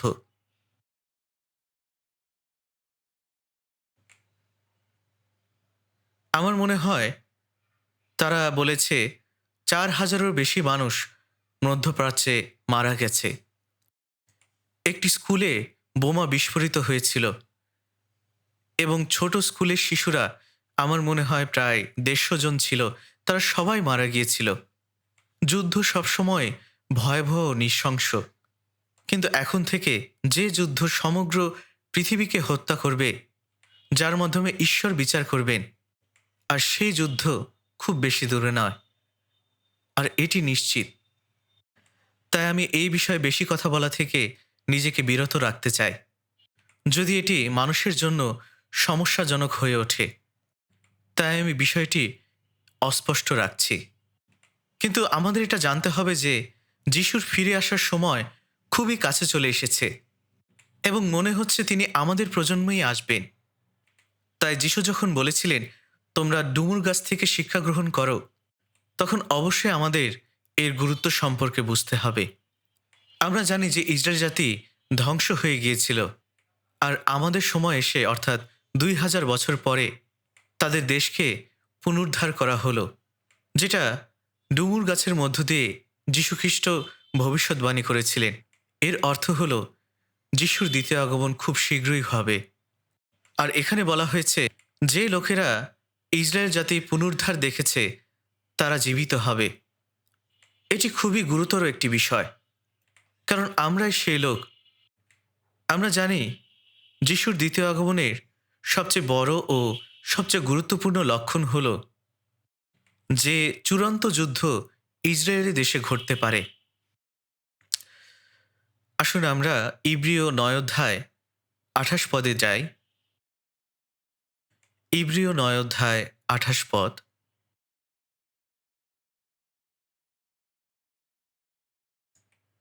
ইব্রিয় ৯ অধ্যায়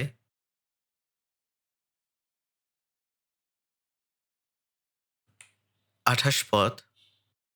চলুন আমরা একসাথে পড়ি। তেমনি খ্রিস্ট অনেকের পাপভার তুলিয়া লইবার নিমিত্ত একবার উচ্ছিষ্ট হইয়াছেন, তিনি দ্বিতীয়বার বিনা পাপে তাহাদিওকে দর্শন দিবেন, যাহারা পরিত্রাণের নিমিত্ত তাহার অপেক্ষা করে।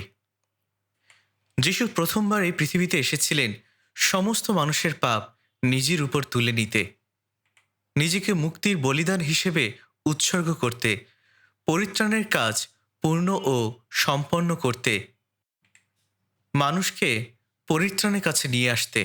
কিন্তু এখানে পরিত্রাণ বলতে আত্মার পরিত্রাণের কথা বলা হচ্ছে না, বরং বলা হচ্ছে রূপান্তরের পরিত্রাণের কথা।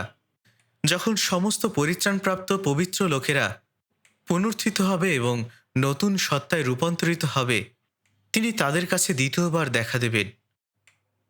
তিনি প্রথমবার এসেছিলেন পাপ ক্ষমা করতে, আর দ্বিতীয়বার তিনি পাপ ছাড়া আসবেন পরিত্রাণের জন্য, যারা অনেক আকাঙ্ক্ষার সাথে যিশুর অপেক্ষা করছে।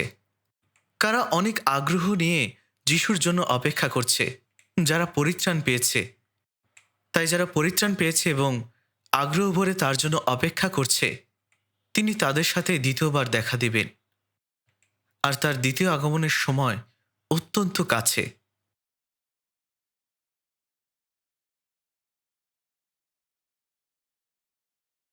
আসুন আমরা ইব্রিয় ১০ অধ্যায় দেখি।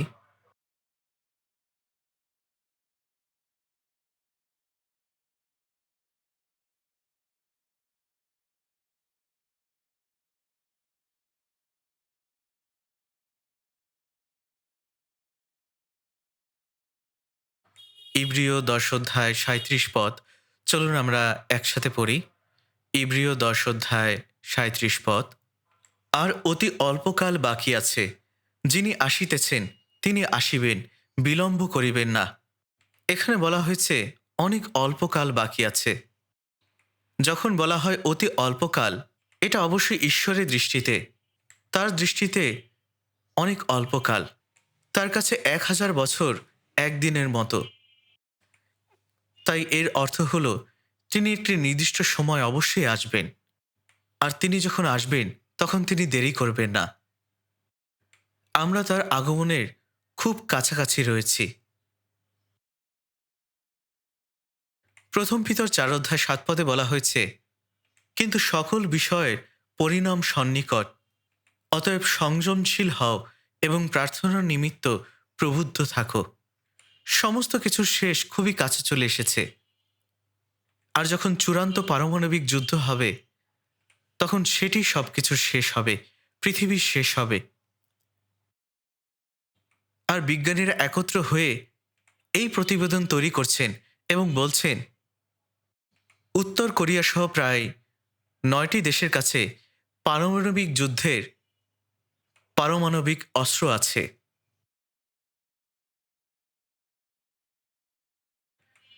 এই দেশগুলোর যে কোনো একটিতে যদি পারমাণবিক অস্ত্র বিস্ফোরিত হয়, তবে সব কিছু বিস্ফোরিত হয়ে যাবে।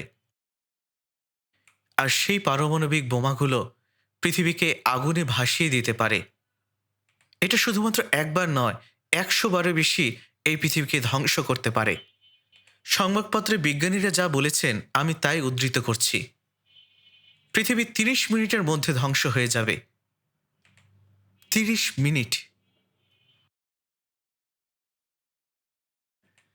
আর এরকম ঘটনা প্রায় ১৩ বার ঘটেছে। আমরা যখন জানতাম না তখন অনিচ্ছাকৃতভাবে দুর্ঘটনাজনিত পারমাণবিক যুদ্ধ ঘটতে যাচ্ছিল। আর সেগুলো হয়েছিল মূলত ভুল বিচার করার কারণে। উদাহরণস্বরূপ রাশিয়া তারা ভেবেছিল যে আমেরিকানরা পারমাণবিক যুদ্ধ শুরু করতে যাচ্ছে। তারা এরকম একটি গোয়েন্দা তথ্য পেয়েছিল। তাই রাশিয়ারা চেষ্টা করেছিল প্রতিশোধমূলকভাবে আমেরিকার দিকে পারমাণবিক বোমা ছুড়তে। তারা পারমাণবিক বোমা ছোড়ার জন্য প্রস্তুতি নিচ্ছিল। আর মাঝপথে তারা বাতিল করে দিল, কারণ তাদের যে ধারণাটাই ছিল সেটি আসলে ভুল। আমেরিকা কোনো পারমাণবিক বোমা তাদের দিকে ছড়েনি।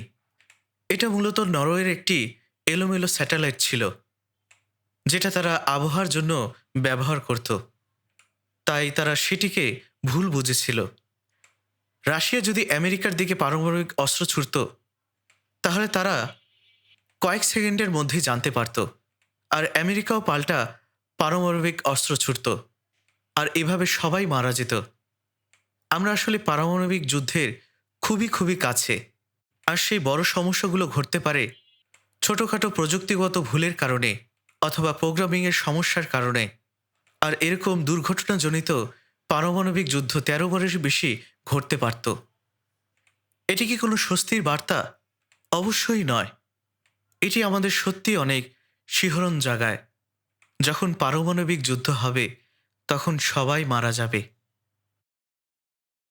যেসায় ৫০ অধ্যায় বলা হয়েছে, তোমরা তোমাদের অগ্নির আলোতে এবং সেই স্ফুলিঙ্গের আলোতে চলো, যা তোমরাই জ্বালিয়েছ। সদম ও ঘুমরা গন্ধকের দ্বারা ধ্বংস হয়েছিল। কিন্তু আজকাল আপনাদের এমন কিছুরও দরকার নেই। ঈশ্বরের আকাশ থেকে আগুন ও গন্ধক বর্ষণ করার কোনো প্রয়োজন নেই। মানুষ যে বোমাগুলো বানিয়েছে সেগুলো দিয়েই পৃথিবীকে ১০০ বারেরও বেশি পুড়িয়ে দিতে পারে। তাই বলা হয়েছে, তোমাদের আগুনের আলোতে ও স্ফুলিঙ্গে তোমরা নিজেরাই জ্বলবে, যেটা তোমরা জ্বালিয়েছ। আর তারা সেই গর্তে পড়বে যে গর্ত তারা খুঁড়েছে। তাই তারা যে বোমা বানিয়েছে সেই বোমা দিয়ে সবাই মারা যাবে। আর যে দেশগুলো পারমাণবিক বোমা বানিয়েছে, আমি মনে করি না তারা সেগুলো ব্যবহারের জন্য বানিয়েছে। উত্তর কোরিয়া তাদের পারমাণবিক বোমা বানিয়েছে, কিন্তু তারা কোথায় এটি আক্রমণ করবে এর কোনো ব্যবহার নেই। তারা বলে তারা দক্ষিণ কোরিয়াকে আগুনে ভাসিয়ে দেবে, দক্ষিণ কোরিয়াতে আগুনের সমুদ্র তৈরি করবে। তারা এমনটাই বলে, সারা দক্ষিণ কোরিয়াকে আগুনে ভাসিয়ে দেবে, এবং তা করতে তাদের পারমাণবিক বোমার দরকার নেই। যুদ্ধবিরতি রেখার পাশে অনেকগুলো অঞ্চলে শত শত দূরপাল্লার কামান রয়েছে। সেই কামানগুলো দিয়ে তারা আমাদের রাজধানী এবং আমাদের এই দেশকেও ধ্বংস করতে পারে। দক্ষিণ কোরিয়ায় অনেক প্রচলিত অস্ত্র আছে, সেগুলো দিয়ে আমরা উত্তর কোরিয়াকে ধ্বংস করতে পারি। আমরা তাদের নিশ্চিহ্ন করে দিতে পারি। আমাদের সামরিক বাহিনীও শক্তিশালী। এমনকি আমরা অস্ত্র রপ্তানি করি। আমরা যুদ্ধবিমান ও অন্যান্য অস্ত্র রপ্তানি করি। দক্ষিণ কোরিয়া হলো বিশ্বের ১০ম বৃহত্তম অর্থনীতি, এবং আমরা বিশ্বের ৬ষ্ঠ শক্তিশালী সামরিক বাহিনী রাখি। আপনারা কি জানেন, উত্তর কোরিয়া আর আমাদের সাথে এক হতে চায় না। তারা এই একত্রীকরণের কথা বিবেচনা করে না, কারণ তারা জানে যে আমরা যখন দ্বিধায় আছি তখন আমরা সবাই মারা যাব। তাই আমরা তাদের সাথে এক হতে চাই না। তারা এই শাসন ব্যবস্থা বজায় রাখতে চায়। তাই এটি এখন আর কোনো দেশ নয়, এটি একটি সংগঠন হয়ে গিয়েছে, এবং এটি একটি শাসন ব্যবস্থা যেটা উত্তর কোরিয়ার অভিজাত শ্রেণীদের জন্য নিবেদিত। যখন কোনো দেশ পারমাণবিক অস্ত্র ছোড়ে তখন সেই দেশটি আর স্থিতিশীল থাকবে না। আর তারা এটি জানে, কারণ এই বোমা তারা নিজেদের ব্যবহার করার জন্য বানায়নি। তারা এগুলো ব্যবহার করে সতর্ক করতে এবং নিজেদের রক্ষা করতে। তাই তারা এই কথা বলে, তোমরা আমাদের আক্রমণ করো না। আক্রমণ করলে তোমরা মারা যাবে, আমরা মারা যাব এবং আমরা সবাই মারা যাব। তাই দেশের সীমারেখা বরাবর অনেকগুলো মাইন রয়েছে। তারা আমাদের জন্য সমস্ত রাস্তা ধ্বংস করেছে, যেগুলো আমরা তাদের জন্য বাড়িয়েছিলাম যেন আমরা এক হতে পারি। কিন্তু তারা সেই রাস্তার বাতিগুলো ভেঙে দিচ্ছে। আমরা একটি তোরণ বানিয়েছিলাম যাতে আমরা একদিন একত্রিত হতে পারি।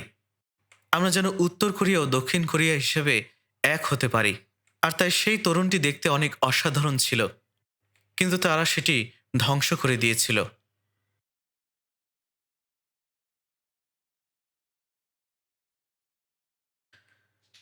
তাই দক্ষিণ কোরিয়া ও উত্তর কোরিয়া যৌথভাবে উত্তর কোরিয়ায় কাসাং শিল্প কমপ্লেক্স তৈরি করেছিল, যেন তাদের দুই দেশের পুনর্মিলন হয়। এবং কিং জং উনের ছোট বোনকে, সেই নারী, আমি অবশ্যই নিশ্চিত যে সে নিজের হাতে তা করেনি, কিন্তু তারা সেখানকার সব কিছু ধ্বংস করে দিয়েছিল। তাই এই দুই কোরিয়া আর এক হতে পারবে না। এটি আসলে খুবই দুঃখজনক বিষয়। আমরা এক হওয়ার খুব কাছাকাছি ছিলাম। কিম জং ইল এবং তার বাবা কিম সং এর সময় তখন সব লোক অনাহারে মারা যাচ্ছিল। তাই তারা শান্তি আলোচনার জন্য দক্ষিণ কোরিয়ার প্রেসিডেন্টের সঙ্গে কিম ইয়ং সাম যোগাযোগ করার চেষ্টা করছিল, কিন্তু উত্তর কোরিয়ার কিম জং তা হতে দেননি। তিনি তার বাবাকে মরতে দিয়েছিলেন এবং সমস্ত ডাক্তারকে সরিয়ে দিয়েছিলেন। তার শরীরে একটি বড় চাকা ছিল।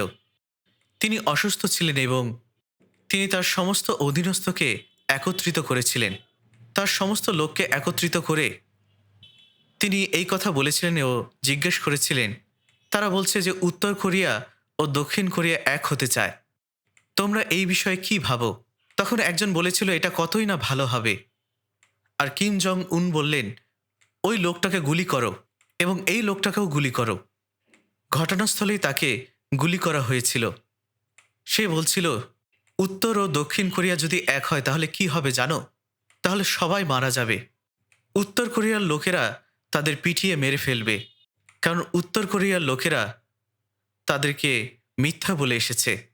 উত্তর কোরিয়া তার লোকদের বলে এসেছে যে দক্ষিণ কোরিয়ায় শুধু ভিখারি আছে এবং তারা আমেরিকার দুঃখী দাস। তাদেরকে এভাবেই শেখানো হয়েছিল, আর এই লোকেরা বুঝতে পারবে যে এটি মিথ্যে। তাই অভিজাত শ্রেণীর লোকেরা এই এক হওয়ার বিষয়টি চায় না, এবং চীনের লোকেরাও দুই কোরিয়ার বিভাজন চায়। এটা আসলে খুবই অদ্ভুত।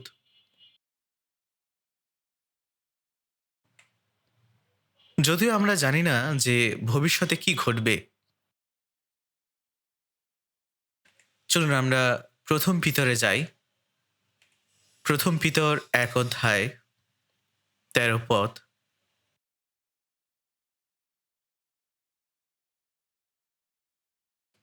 প্রথম পিতর ১ অধ্যায় ১৩ পদ।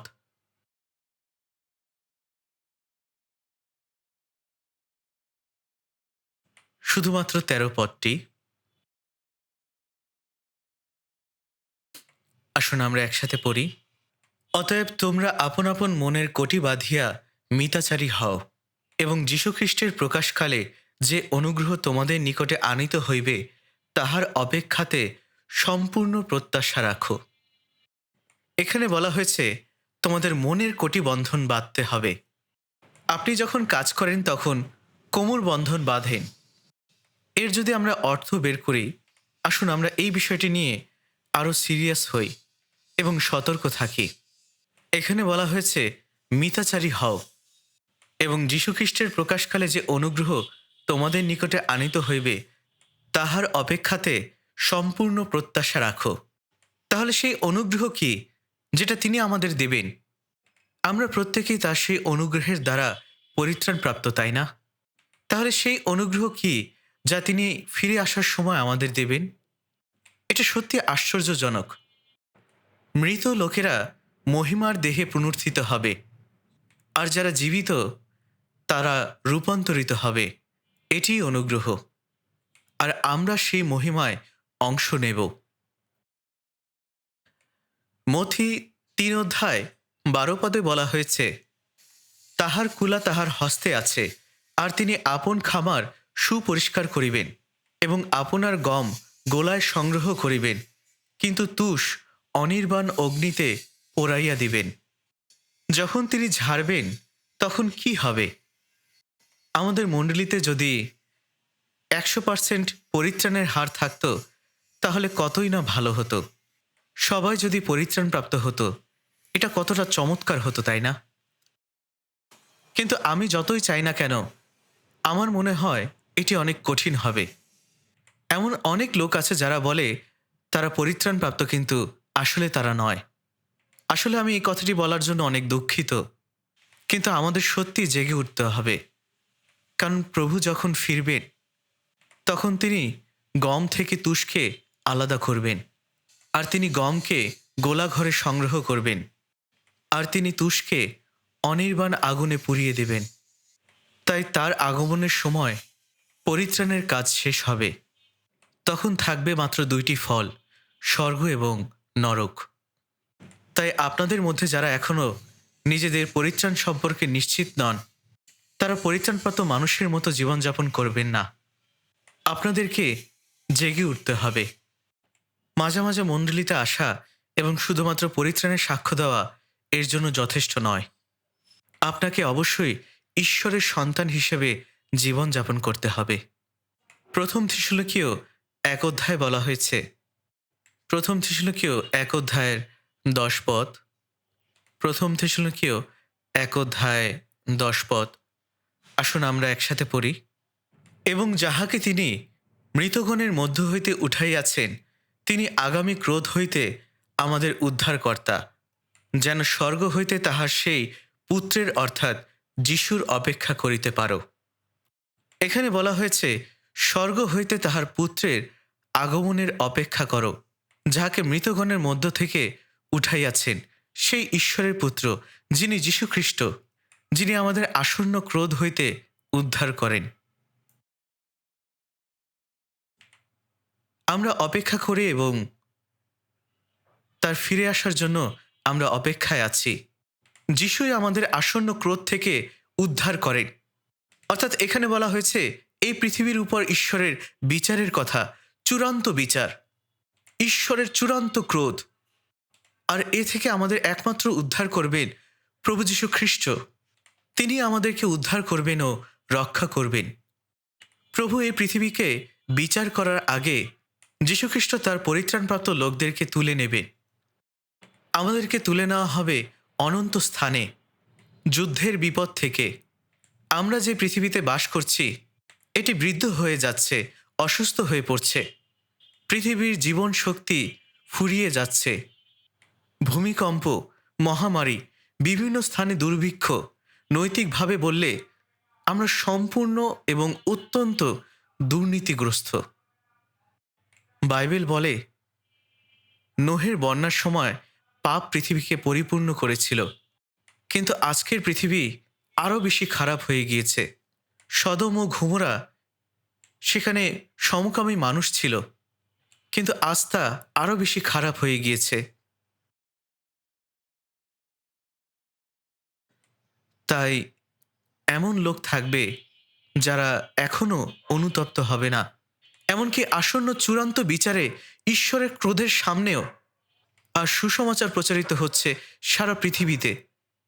ঈশ্বরের কাছে একদিন 1000 বছরের মতো এবং 1000 বছর একদিনের মতো, কিন্তু লোকেরা এগুলো বিশ্বাস করে না।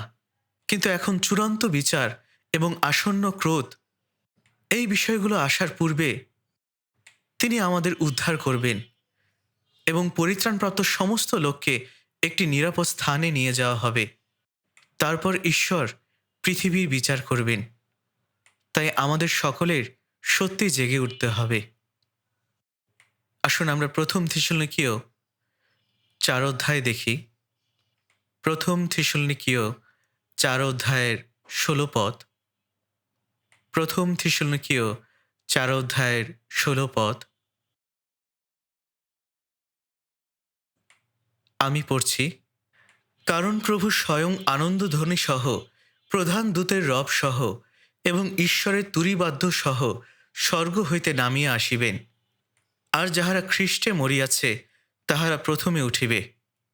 এখানে মৃত বলতে যারা পরিত্রাণ পাওয়ার পর মারা গেছে, তাদের মাংস পুনরুত্থিত হবে।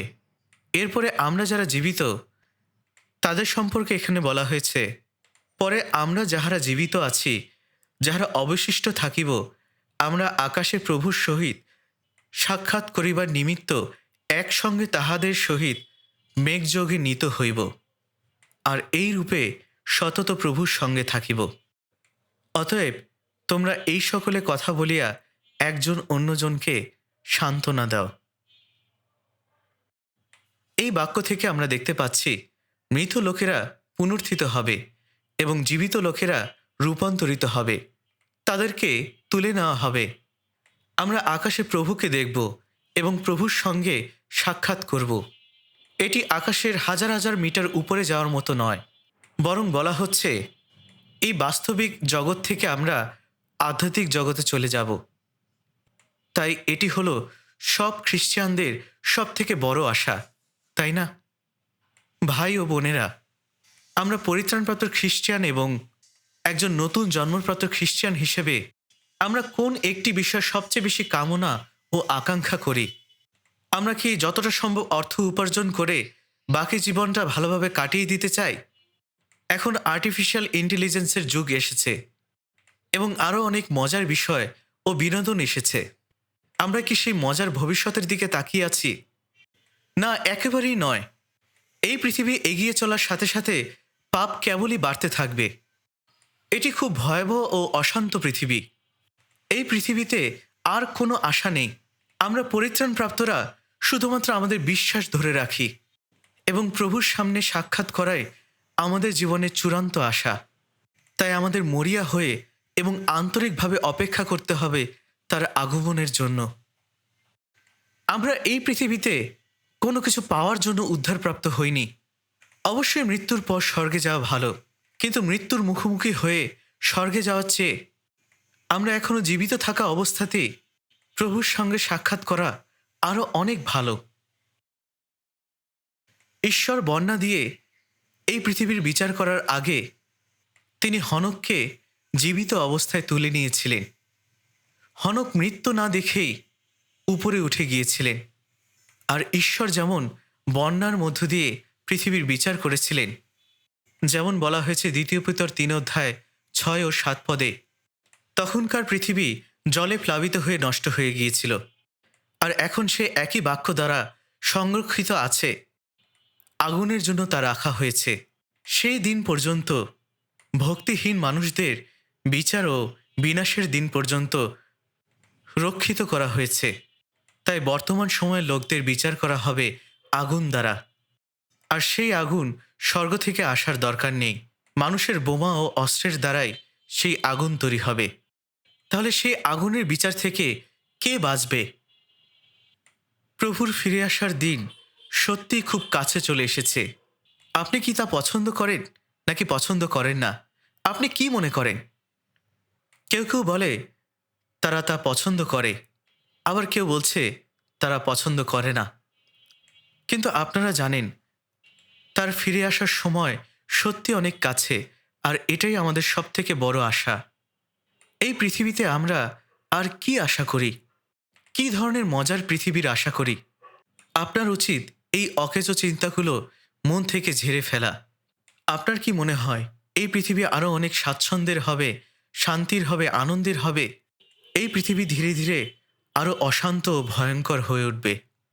আর তাই এখানে বলা হয়েছে যারা খ্রিস্টে মৃত তারা প্রথমে উঠবে, এবং যারা আমরা অবশিষ্ট আছি আমরা মাংসে রূপান্তরিত হয়ে আকাশে প্রভুর সঙ্গে মিলিত হব, সাক্ষাৎ করব এবং তার সাথে আমরা চিরকাল বাস করব।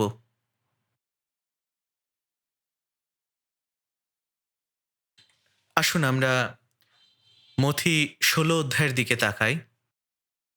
মথি 16 অধ্যায়,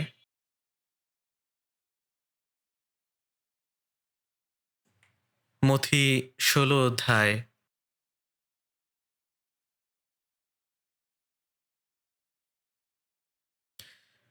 অধ্যায়ের ২৭ পদ থেকে আমি পড়ছি।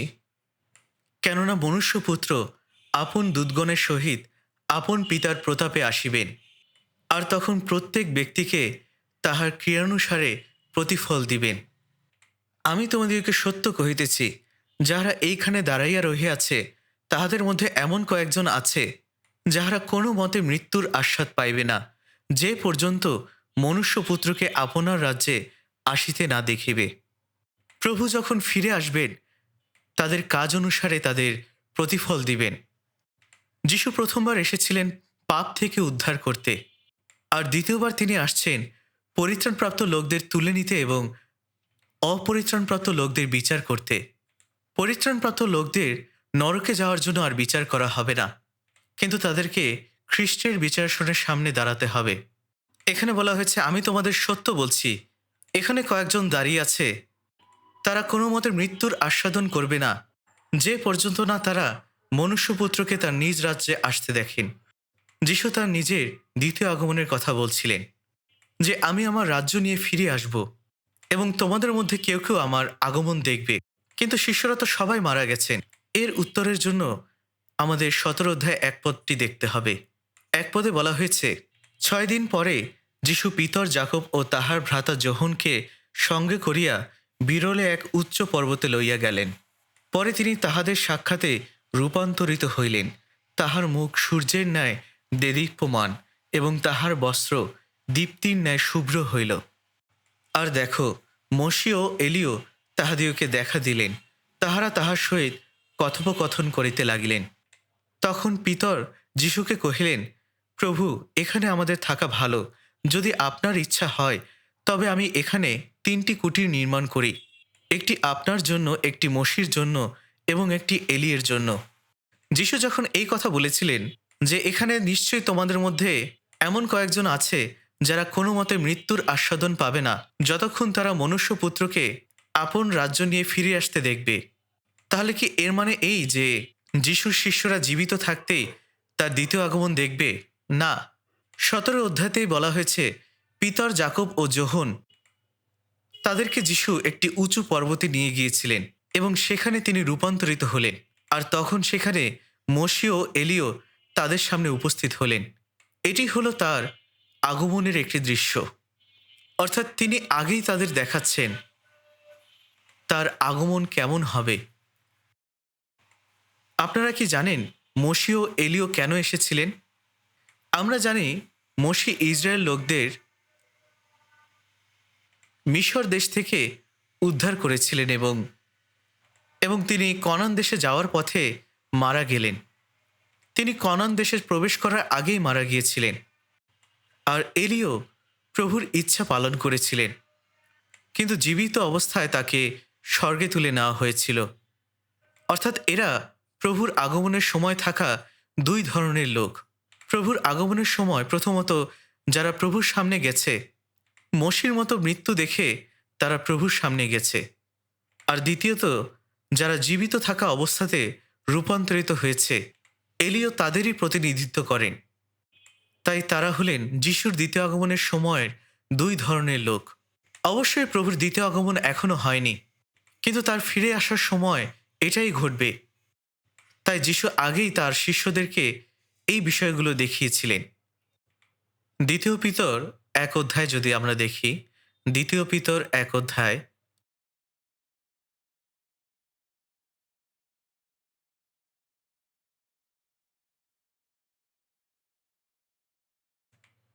২ পিতর ১ অধ্যায় ১৬ পদ। ২ পিতর ১ অধ্যায় ১৬ পদ। কারণ আমাদের প্রভু যীশু খ্রিস্টের পরাক্রম ও আগমনের বিষয় যখন তোমাদিগকে জ্ঞাত করিয়াছিলাম, তখন আমরা কৌশল কল্পিত গল্পের অনুগামী হই নাই, কিন্তু তাহার মহিমার চাক্ষুষ সাক্ষী হইয়াছিলাম। ফলত তিনি পিতা ঈশ্বর হইতে সমাদর ও গৌরব পাইয়াছিলেন। সেই মহিমাযুক্ত প্রতাপ কর্তৃক তাহার কাছে এই বাণী উপনীত হইয়াছিল, ইনি আমার পুত্র, আমার প্রিয়তম, ইহাতেই আমি প্রীত।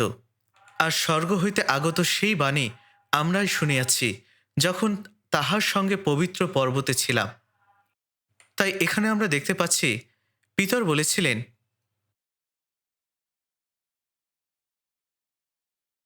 আমরা তার মহিমা দেখেছি। আমরা তোমাদের কাছে শক্তির কথা এবং আমাদের প্রভু যীশু খ্রিস্টের আগমনের কথা জানিয়েছি, এবং এগুলো আমরা বানিয়ে বানিয়ে বলছি না। আমরা তার মহিমার চাক্ষুষ সাক্ষী হয়েছি। আমরা যা দেখেছি সেটাই বলছি। মথি লিখিত সুসমাচার 17 অধ্যায়ে তিনি সেই ঘটনার উল্লেখ করেছেন। ফলত তিনি পিতা ঈশ্বর হইতে সমাদর ও গৌরব পাইয়াছিলেন। সেই মহিমাযুক্ত প্রতাপ কর্তৃক তাহার কাছে এই বাণী উপনীত হইয়াছিল, ইনি আমার পুত্র, আমার প্রিয়তম, ইহাতেই আমি প্রীত। আর স্বর্গ হইতে আগত সেই বাণী আমরাই শুনিয়াছি, যখন তাহার সঙ্গে পবিত্র পর্বতে ছিলাম। মথি 17 অধ্যায় পিতর, যাকব ও যোহন এই তিনজন শিষ্য উঁচু পর্বতে উঠলেন। সেখানে যিশুর মুখ সূর্যের মতো দীপ্তিমান হল, আর তার পোশাক আলোর মতো সাদা হয়ে গেল। আর তারা দেখলেন যে এলিয় ও মসি উপস্থিত হলেন। আর এটাই হলো তার আগমনের ঠিক দৃশ্য। তিনি তার শিষ্যদের আগে এটা দেখাচ্ছিলেন। তাই অবশ্যই মসি হলেন সেই পরিত্রাণপ্রাপ্তদের প্রতিনিধি যারা মৃত্যুবরণ করেছেন, আর এলিয় হলেন তাদের প্রতিনিধি যারা এখনো মারা যায়নি, অর্থাৎ যারা সরাসরি রূপান্তরিত হয়ে প্রভুর সাথে সাক্ষাৎ করবে। তাই এই দুই ধরনের লোক, তারা দুইজন প্রতিনিধি। আমাদের কাছে নিঃসন্দেহে সত্য ও স্পষ্ট যে আমরা এমন এক সময় বাস করছি, যিশুর দ্বিতীয় আগমন এত কাছে, আমরা এলিয়ের মতো জীবিত অবস্থায় প্রভুর সঙ্গে সাক্ষাৎ করতে পারি। আপনি হয়তো বলবেন, প্রভু বলেছেন তিনি আসবেন, কিন্তু তিনি তো এখনো আসেননি, তিনি কি খুব শীঘ্রই আসবেন? আপনি এই প্রশ্নটি করতে পারেন, কিন্তু এই নিশ্চয়তা হঠাৎ করে কোথাও থেকে আসে না। বাইবেল বলে প্রভুর আগমনের লক্ষণ থাকবে। আমরা যে পৃথিবীতে বাস করছি তা সত্যি অশান্ত। একটু ভালো করে এই পৃথিবীটা দেখুন। আমরা সেই লোক যারা প্রভুর সঙ্গে সাক্ষাৎ করতে পারি জীবিত অবস্থায়।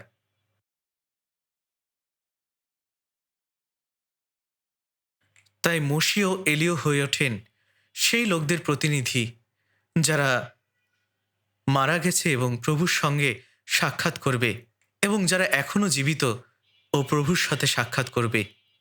তাই যীশুখ্রিস্ট আগেই তার শিষ্যদের কিছুটা দেখিয়ে দিয়েছিলেন। তাই এখানে পিতর এটাই বলেছেন, আমরা তোমাদের কাছে কোনো কল্পকাহিনী বলিনি, অথবা কোনো বানিয়ে বানিয়ে কোনো গল্প বলিনি। আমরা তার মহিমার চাক্ষুষ সাক্ষী। আমরা যা প্রত্যক্ষ করেছি, আমরা যা দেখেছি, আমরা তোমাদের কাছে তাই বলেছি। মথি 17 অধ্যায় রূপান্তরের পর্বতে সেই সময় তিনি যেভাবে যিশুকে দেখেছিলেন, সেভাবেই তিনি সেই কথাগুলো বলেছিলেন। আমার মনে হয় আমি পুরো সময়টি এই বিষয় নিয়ে কথা বলেই কাটিয়ে দিয়েছি। আমাদের আরও কিছু কাজ রয়েছে, তাই আমাদের বের হয়ে যেতে হবে। হয়তো আমরা পরের সময়ও এটা করতে পারি। তাই পরের বার আমি প্রভুর দ্বিতীয় আগমন সম্পর্কে আরও কিছু বলতে চাই। ভাই ও বোনেরা, দয়া করে মনে রাখবেন, আমরাই সেই লোক যারা প্রভুর ফিরে আসার সঙ্গে সাক্ষাৎ করবে। চলুন আমরা বাইবেলের আরও একটি পদ দেখি। দ্বিতীয় থিসলনিকীয় 2 অধ্যায়, দ্বিতীয় থিসলনিকীয় 2 অধ্যায়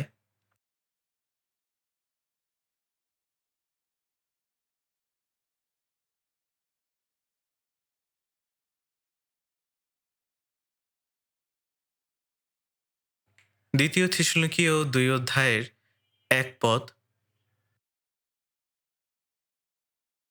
আবার হে ভাতৃগণ, আমাদের প্রভু যীশু খ্রিস্টের আগমন ও তাহার নিকটে আমাদের সংগ্রহিত হইবার বিষয় তোমাদিওকে এই বিনতি করিতেছি। এই পর্যন্ত। এখানে বলা হয়েছে আমাদের প্রভু যীশু খ্রিস্টের আগমন ও তাহার নিকটে আমাদের সংগৃহীত হইবার বিষয়, অর্থাৎ যীশু যখন ফিরে আসবেন তখন আমরা প্রত্যেকেই একত্রিত হব। পুরাতন নিয়মের সময় সমস্ত পবিত্রগণ এবং নতুন নিয়মের সময় সমস্ত পবিত্রগণ, যারা পূর্বে মৃত্যুবরণ করেছেন এবং সেই সাথে যারা জীবিত আছেন, আমরা প্রত্যেকেই একত্রিত হব। তাই এটি সত্যি মহিমান্বিত হবে। এটা সত্যি কত মহান একটি বিষয়। আর একটি গান আছে যার কথা এমন, সাধুরা যখন একত্রিত হয়ে গান গায় হালেলুয়া, তখন আমি আনন্দে সাড়া দেব এবং আনন্দিত হৃদয়ে গান গাইব। তার সমস্ত পরিত্রাণপ্রাপ্ত লোক একত্রিত হবে। আমরা সকলে অব্রাহম ও পুরাতন নিয়মের ইসহাকের সাথে সাক্ষাৎ করব, দাউদের সঙ্গেও সাক্ষাৎ করব। নতুন নিয়মের প্রেরিত পিতর ও প্রেরিত পৌলের সাথেও আমরা সাক্ষাৎ করতে পারব, যারা সুসমাচার প্রচার করতে গিয়ে শহীদ হয়েছিলেন। আমরা সবার সাথে সাক্ষাৎ করতে পারব। আর চারপাশে দূতগণ থাকবে, তারা সবাই একসঙ্গে গান গাইবে ও প্রশংসা করবে। এই দৃশ্যটি একটু কল্পনা করে দেখুন, এটি আসলে কত মহান হবে। তখন আমি আনন্দিত হৃদয়ে গান গাইব। সেখানে আমাকে এবং আপনাকে থাকতে হবে। আপনি তখন যত ইচ্ছা সাক্ষ্য দিতে পারেন, পরিত্রাণের সাক্ষ্য দিতে পারেন, কিন্তু যখন তিনি ফিরে আসবেন, তখন যদি আপনি তার সাথে সাক্ষাৎ করতে না পারেন, তাহলে কি ঘটবে? এটা অনেক বড় একটি সমস্যা। তাই আমাদের জেগে উঠতে হবে এবং আরেকটিবার আমাদের বিশ্বাসে পরীক্ষা করতে হবে। আসুন আমরা প্রার্থনা করি। হে করুণাময় পিতা ঈশ্বর, মানুষের মধ্যে তুমি প্রথমে আমাদের উদ্ধার করেছ। তুমি আমাদের এই জগৎ থেকে পৃথক করে পবিত্র করেছ, যাতে আমরা আমাদের বাকি জীবনটা তোমার আগমনের অপেক্ষায় থাকতে পারি। তোমার অনুগ্রহের জন্য সত্যি তোমাকে ধন্যবাদ দেই। পিতা, দয়া করে তুমি আমাদের সাহায্য করো যেন আমরা তোমার ইচ্ছা ও তোমার মহিমার উদ্দেশ্যেই জীবনযাপন করতে পারি। দয়া করে আমাদের সাহায্য করো যেন আমরা বাকি জীবনটা লজ্জায় না কাটাই। যদি আমাদের মধ্যে এমন কেউ থেকে থাকে যারা তাদের পরিত্রাণ সম্পর্কে নিশ্চিত নয়, পিতা তুমি তাদের সাহায্য করো, তাদের হৃদয় জাগিয়ে দাও। দয়া করে তোমার অনুগ্রহ আমাদের দাও। এই সমস্ত প্রার্থনা প্রভু যীশু খ্রিস্টের নামে চাই, আমিন।